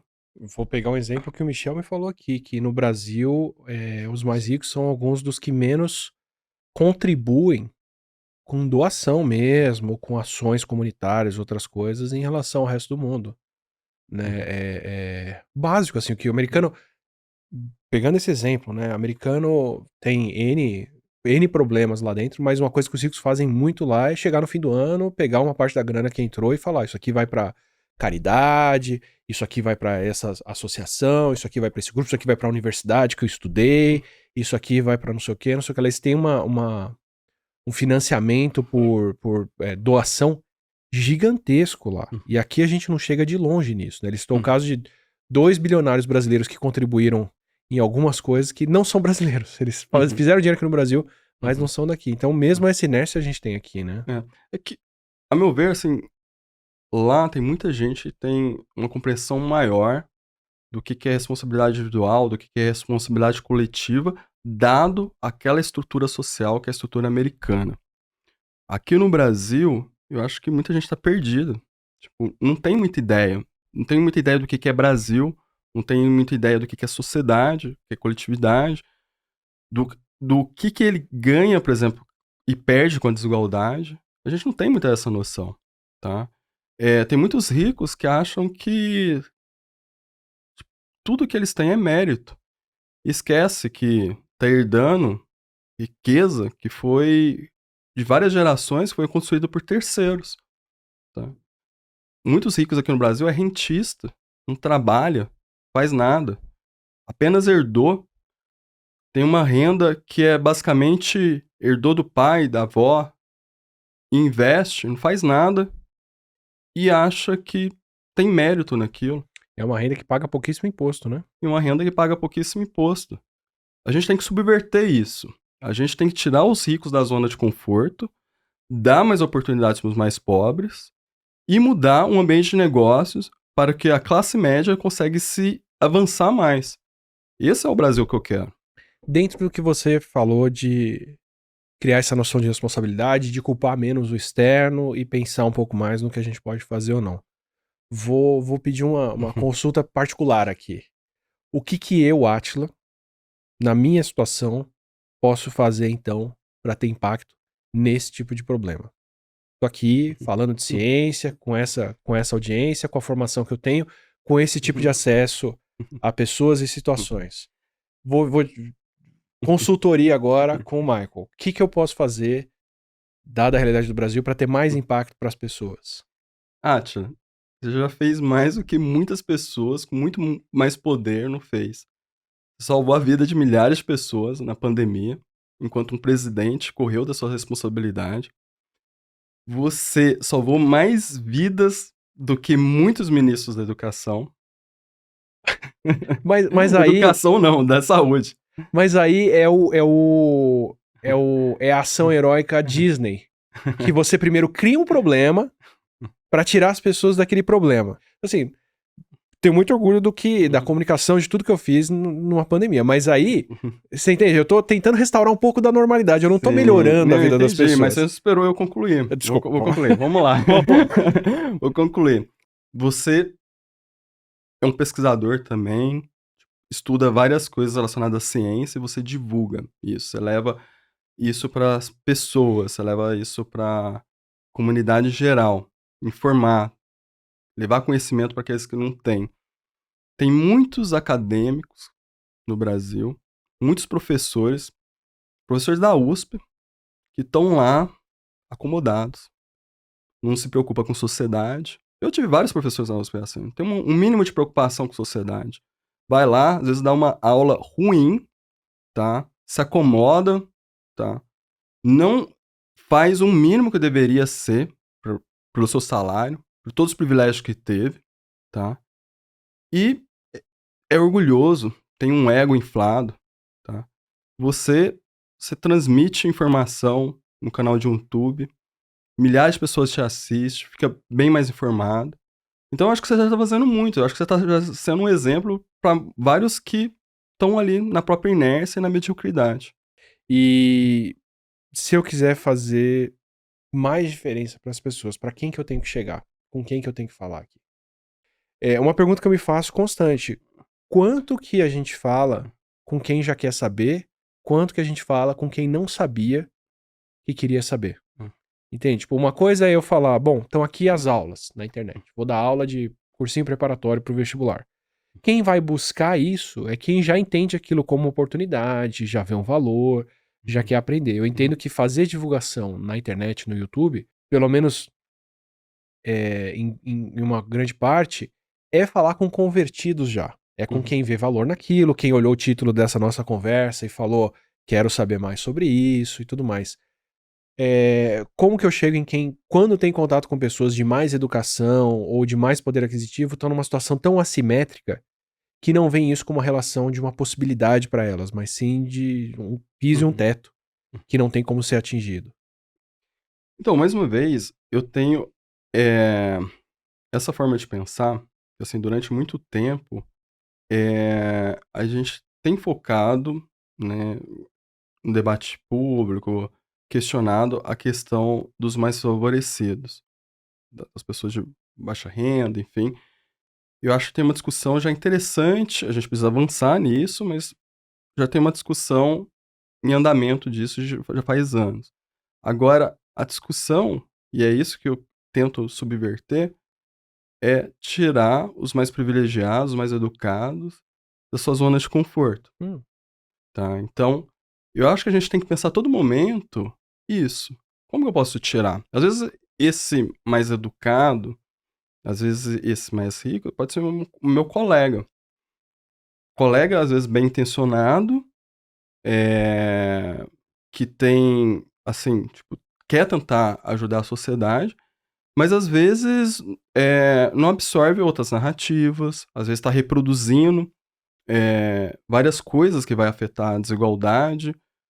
desigualdade, mais uma vez, tanto social, racial, de gênero, vai começar replicar determinados comportamentos que vai afetar determinados grupos, e essas pessoas têm muito poder, né? Então, eh, vamos lá, tipo, eu coordeno um núcleo de pesquisa, né, no INSPER. Durante muito tempo, e a gente estava, assim, extremamente, com bastante dificuldade, porque vinha muito demanda de trabalho, tá? E tinha poucas pessoas trabalhando, era basicamente eu, o Sérgio Firpo, que agora hoje está no Ministério do Planejamento, o secretário lá do Ministério do Planejamento, o Alisson Portela, Rafael Tavares, e a gente ali, muitas vezes, com várias demandas, várias coisas para fazer, e não tinha gente suficiente, tá? No ano passado recebi um apoio da Open Society Foundation e do Instituto Ibirapitanga, e isso mudou drasticamente, porque agora eu consigo ter uma equipe, tá, que estão fazendo vários relatórios sobre desigualdade na educação, desigualdade na violência, desigualdade no mercado de trabalho. A gente está monitorando ao longo do tempo como essas desigualdades estão avançando, tentando entender onde está melhorando, onde está piorando, se teve política pública que afetou determinado local, tá? A gente está uma máquina, assim, tipo, trabalho sábado e domingo, por exemplo, para tentar gerar mais conhecimento, né? Mas isso Open Society Foundation, Ibirapitanga, é recurso de pessoas ricas, né? Que colocaram, né, nesses fundos, né? E que está se revertendo para a causa social, tá? E olha o impacto disso, tá? Olha o impacto, por exemplo, de às vezes uma pessoa rica, em vez de querer comprar mais um carro, mais um navio, sei lá, um Ser um iate. ganho muito marginal de qualidade Entendeu? de vida. Exatamente, vai ser muito marginal, colocar num núcleo de pesquisa, ao impacto que ele está tendo na sociedade, tá? Várias coisas que a gente está trazendo de pesquisa, relatório, tem ajudado muito a mudar, várias dinâmicas sociais. Então, por exemplo, há cerca de 1 ano e meio atrás, 2, a gente lançou o Índice Folha de Equilíbrio Racial. Mostrou ali entre os estados aqueles que estão evoluindo na equidade racial, aqueles que não. Aqueles que estão meio piorando, já tipo, chamou várias pessoas para tentar entender o que poderia fazer para diminuir a desigualdade, tá? A gente também criou, por exemplo, para as empresas, um índice SG de equidade racial, que as empresas podem ir monitorando ao longo do tempo como que está a evolução dos equilíbrios e assim tentar pensar em como mudar aquilo, tá? Então, mais uma vez, essas pessoas que têm muito recurso, poder, às vezes nem dando dinheiro, é mudando às vezes narrativas que às vezes no final do dia vai afetar a vida de milhares de pessoas, tá? E eu acho que até no aspecto prático mesmo, se você sair um pouco da sua zona de conforto e contratar com mais diversidade, não seu brother, Uhum, você vai estar deixando de contratar uma pessoa que seria medíocre ou mais medíocre, uhum, mas que está ali dentro de uma situação privilegiada e está abrindo espaço para trazer os melhores de vários grupos que não tinham acesso. Porque se você tem, pelo menos pela minha experiência na universidade, se você tem um negro ocupando o mesmo espaço que um branco dentro do instituto de pesquisa, numa pós-graduação, alguma coisa, o caminho que essa pessoa negra percorreu, na maioria das vezes, é muito maior e é um esforço muito mais constante para se manter em nível de competitividade do que a pessoa que foi mais privilegiada por aquilo. uhum. Então, assim, não são. A situação delas é equiparável, mas a capacidade individual é muito diferente para eles estarem nessa mesma situação. E se você está abrindo espaço para essas pessoas, você está recebendo excelentes profissionais, Uhum. porque, né, justamente para chegarem naquela porta de acesso, tiveram que passar por muitas outras que a maioria não precisou, né? Se você tem 5 vagas para os melhores alunos do ensino público, esses 5 alunos tendem a ser alunos muito melhores do que os últimos 5 das 60 vagas que você tinha, né? Sim, mas a gente não pode esquecer também que, assim, o que que é o talento, né? Costumo falar, o que que é o talento? Talento, para mim, é a combinação de algumas coisas. Um é o investimento da família na pessoa, outro é o investimento da sociedade na pessoa, e outro é o que a pessoa faz com esse conjunto de investimento, a oportunidade que ela teve, as escolhas que ela faz, o esforço que ela coloca naquilo. Então, com isso, você pode desenvolver talentos distintos, competências distintas, tá? Então, uma pessoa que, por exemplo, às vezes não quis se educar, mas, tipo, foi, sei lá, quis virar atleta, foi para uma área, virou um, um atleta de alta performance, aquilo ali também está ajudando, de certa forma, a sociedade em certo sentido. Então, o que a gente precisa pensar é nisso, assim, como que a gente começa a construir uma sociedade que dê para as pessoas maiores liberdades de, através das escolhas e dos esforços, tá, a pessoa atingir aquilo que ela acha que tem maior potencialidade, tá? Então, o que acontece, a gente como sociedade, a gente gerou uma coisa extremamente disfuncional. Então, pensa, por exemplo, mais uma vez, os mais pobres às vezes não têm oportunidade, tá? E às vezes mesmo aqueles que têm oportunidade, por exemplo, que vai pra uma USP, tá? A gente sabe que, por exemplo, o conjunto de escolhas é muito diferente por causa que tem uma coisa assim do risco, Uhum, né? Então, por uhum, exemplo, se eu não uhum. tenho patrimônio, se eu não tenho uma renda muito baixa, às vezes eu não vou querer fazer mestrado e doutorado porque o Claro. risco é muito alto. Passar 5 anos estudando mais sem ganhar. Exatamente, exatamente. Por outro lado, também tem uma questão assim, pega, por exemplo, às vezes pessoas extremamente mais privilegiadas, eh, o que acontece? Ela tem um patrimônio ali que às vezes pode ficar 1, 2, 3 anos se preparando para concurso público. Ah, sim, artistas também, né, no cinema, pintores e por aí vai. Você tende a ter pessoas com uma renda altíssima ali no meio, porque é quem passou 10 anos se formando, 15 anos se formando, sem precisar, né, ganhar salário, por exemplo, né. Exatamente, exatamente. E olha como que isso é meio que disfuncional, porque assim, às vezes as pessoas, você tem uma pessoa lá que é super talentosa para determinada área, mas aí você fala assim, por exemplo, no caso de concurso, assim, não, vou para concurso porque tem mais estabilidade. Ou não vou para determinada área, tá, por causa que, eu tô aqui, né, numa posição que não tem tantas vezes competição, essa determinada área paga um retorno muito alto, tá, e eu não vou escolher outra coisa justamente para ficar aqui e continuar acumulando patrimônio intergeracionalmente, aumentar mais o patrimônio familiar, tá. Muitos brasileiros têm uma escolha assim, tipo, não pensam em uma coisa assim, tipo: "Ah, o meu propósito, o que que eu vou fazer para afetar a sociedade", tá. Pensa assim: "Não, eu vou para determinada área, porque vai dar uma renda maior, e assim eu continuo, tá, nesse meu mundo aqui de comprar coisas e, meio sem propósito, tá". Nesse aspecto, Átila, eu tenho muito orgulho, porque assim, quando eu estava no mestrado, eu tive várias oportunidades de emprego. Uma delas, por exemplo, me ofereceram em um mês, por exemplo, eu ia ganhar o que meu pai não ganha em 2 anos, tá, mercado financeiro, né. Mas eu resolvi não ir, porque não era a área que eu gostaria de atuar, tá. Hoje eu sou muito feliz, porque eu tô trabalhando com coisas que eu acredito, e que eu acho que tem propósito, que pode impactar a vida das pessoas. Isso me traz muito orgulho. E o orgulho que eu tenho com isso, muitas pessoas ricas não têm. Vivem uma vida medíocre, apesar de ter todo o conforto. Eu entendo, assim, não me coloco na mesma situação de impacto para as pessoas do que eu estudo, mas de satisfação pessoal com estar trabalhando com Hum, senso de propósito, de entender o papel que você pode ter, ou a diferença que você pode fazer naquilo, é muito grande. É muito bom poder combinar talento, vocação e impacto, né, uhum.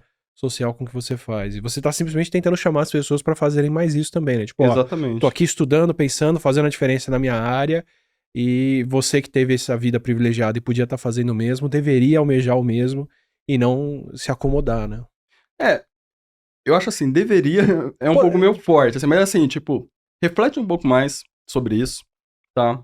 Se essas escolhas, se só ficar nessa vida de se mostrar para o outro, ficar comprando coisas, é realmente isso que tá te satisfazendo. Se uhum. você tem uma renda legal, se você poderia contribuir mais para o outro, porque assim, Quais são os seus valores, né? Quais são os valores? Agora, trazer isso, o que eu tô falando, também tem um fundo científico importante, porque assim, a, o que estudos de bem-estar, felicidade mostra?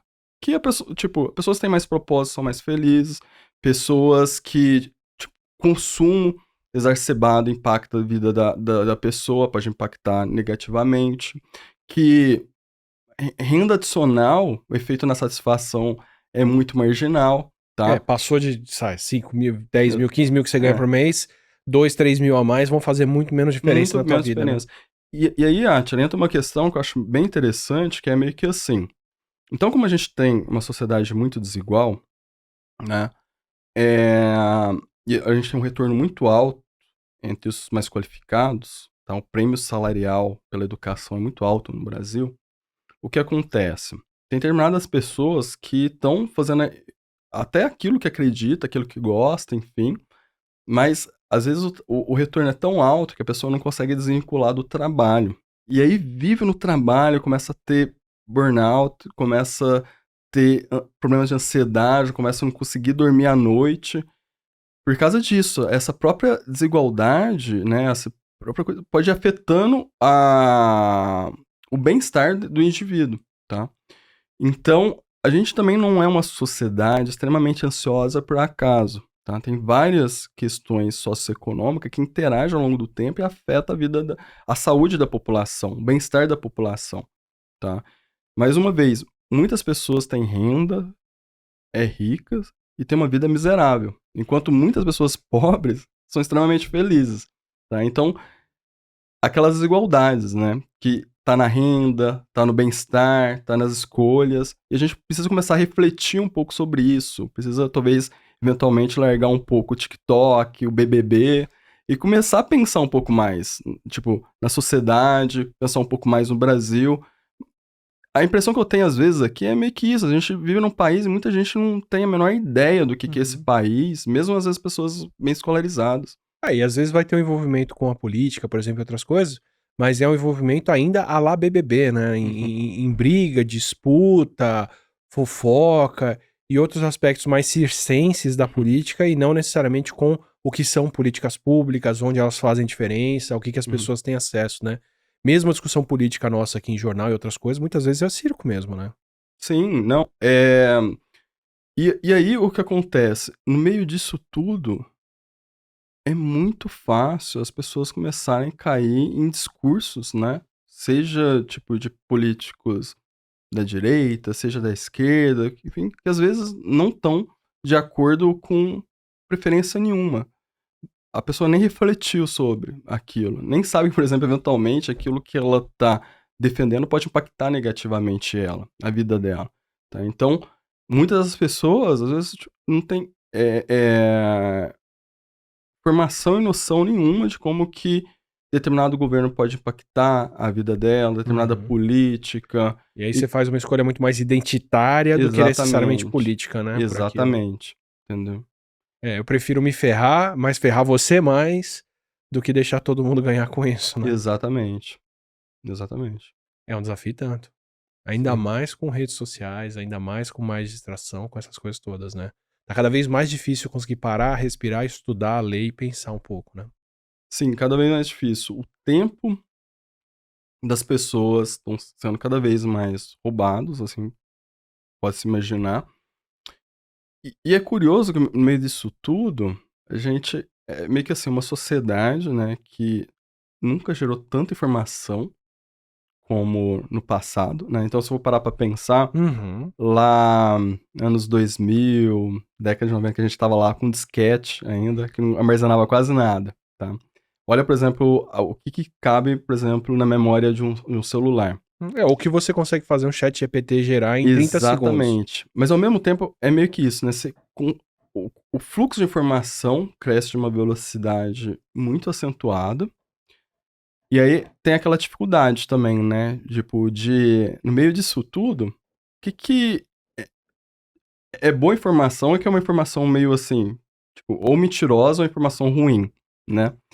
E aí o que acontece? tem que meio esse paradoxo, que é meio que assim, é até aquela música, né? A inteligência começa a ficar cega com tanta informação. Sim, Porque em sim. meio disso tudo, tem tanta coisa ruim e tanta coisa que começa a roubar o tempo, que se a gente não estiver totalmente vigilante e tentar entender o nosso tempo, consumir coisas boas, né?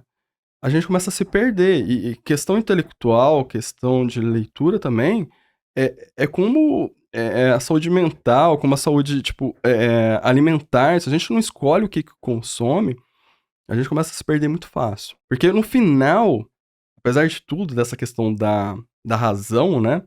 A gente não pode esquecer que a gente somos seres que somos envolvidos com emoção, tá? A gente tem nossos vieses.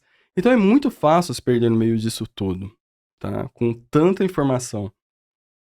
O mercado da atenção tá aí pra tirar a gente do que for. Exatamente. Exatamente. E com coisas que às vezes pode parecer muito verdadeiras, às vezes até científica, mas não é.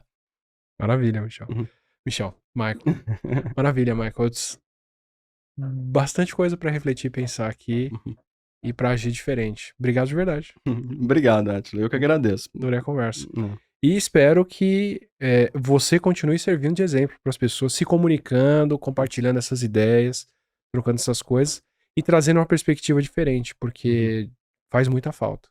Muito obrigado. Espero que você tenha saído dessa conversa com boas lições, especialmente se você for uma pessoa que está numa situação privilegiada dessas. Espero que você pense em como estender esse privilégio para mais gente, incluir mais pessoas aqui no Brasil e como a gente pode ter um papel de mais impacto que faça a maior diferença na vida das pessoas. A nossa vida tá no meio disso também. Acho muito legal ter um pouco dessa noção, esse senso de propósito que o Michael falou e pensar num papel diferente que a gente pode ter por aqui. Essa conversa e outras você acompanha no Não Ficção, que é o nosso podcast de ciência do dia a dia por aqui, com especialistas.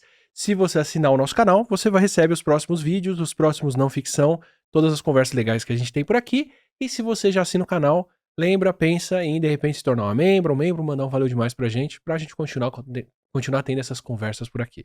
Obrigado e até a próxima.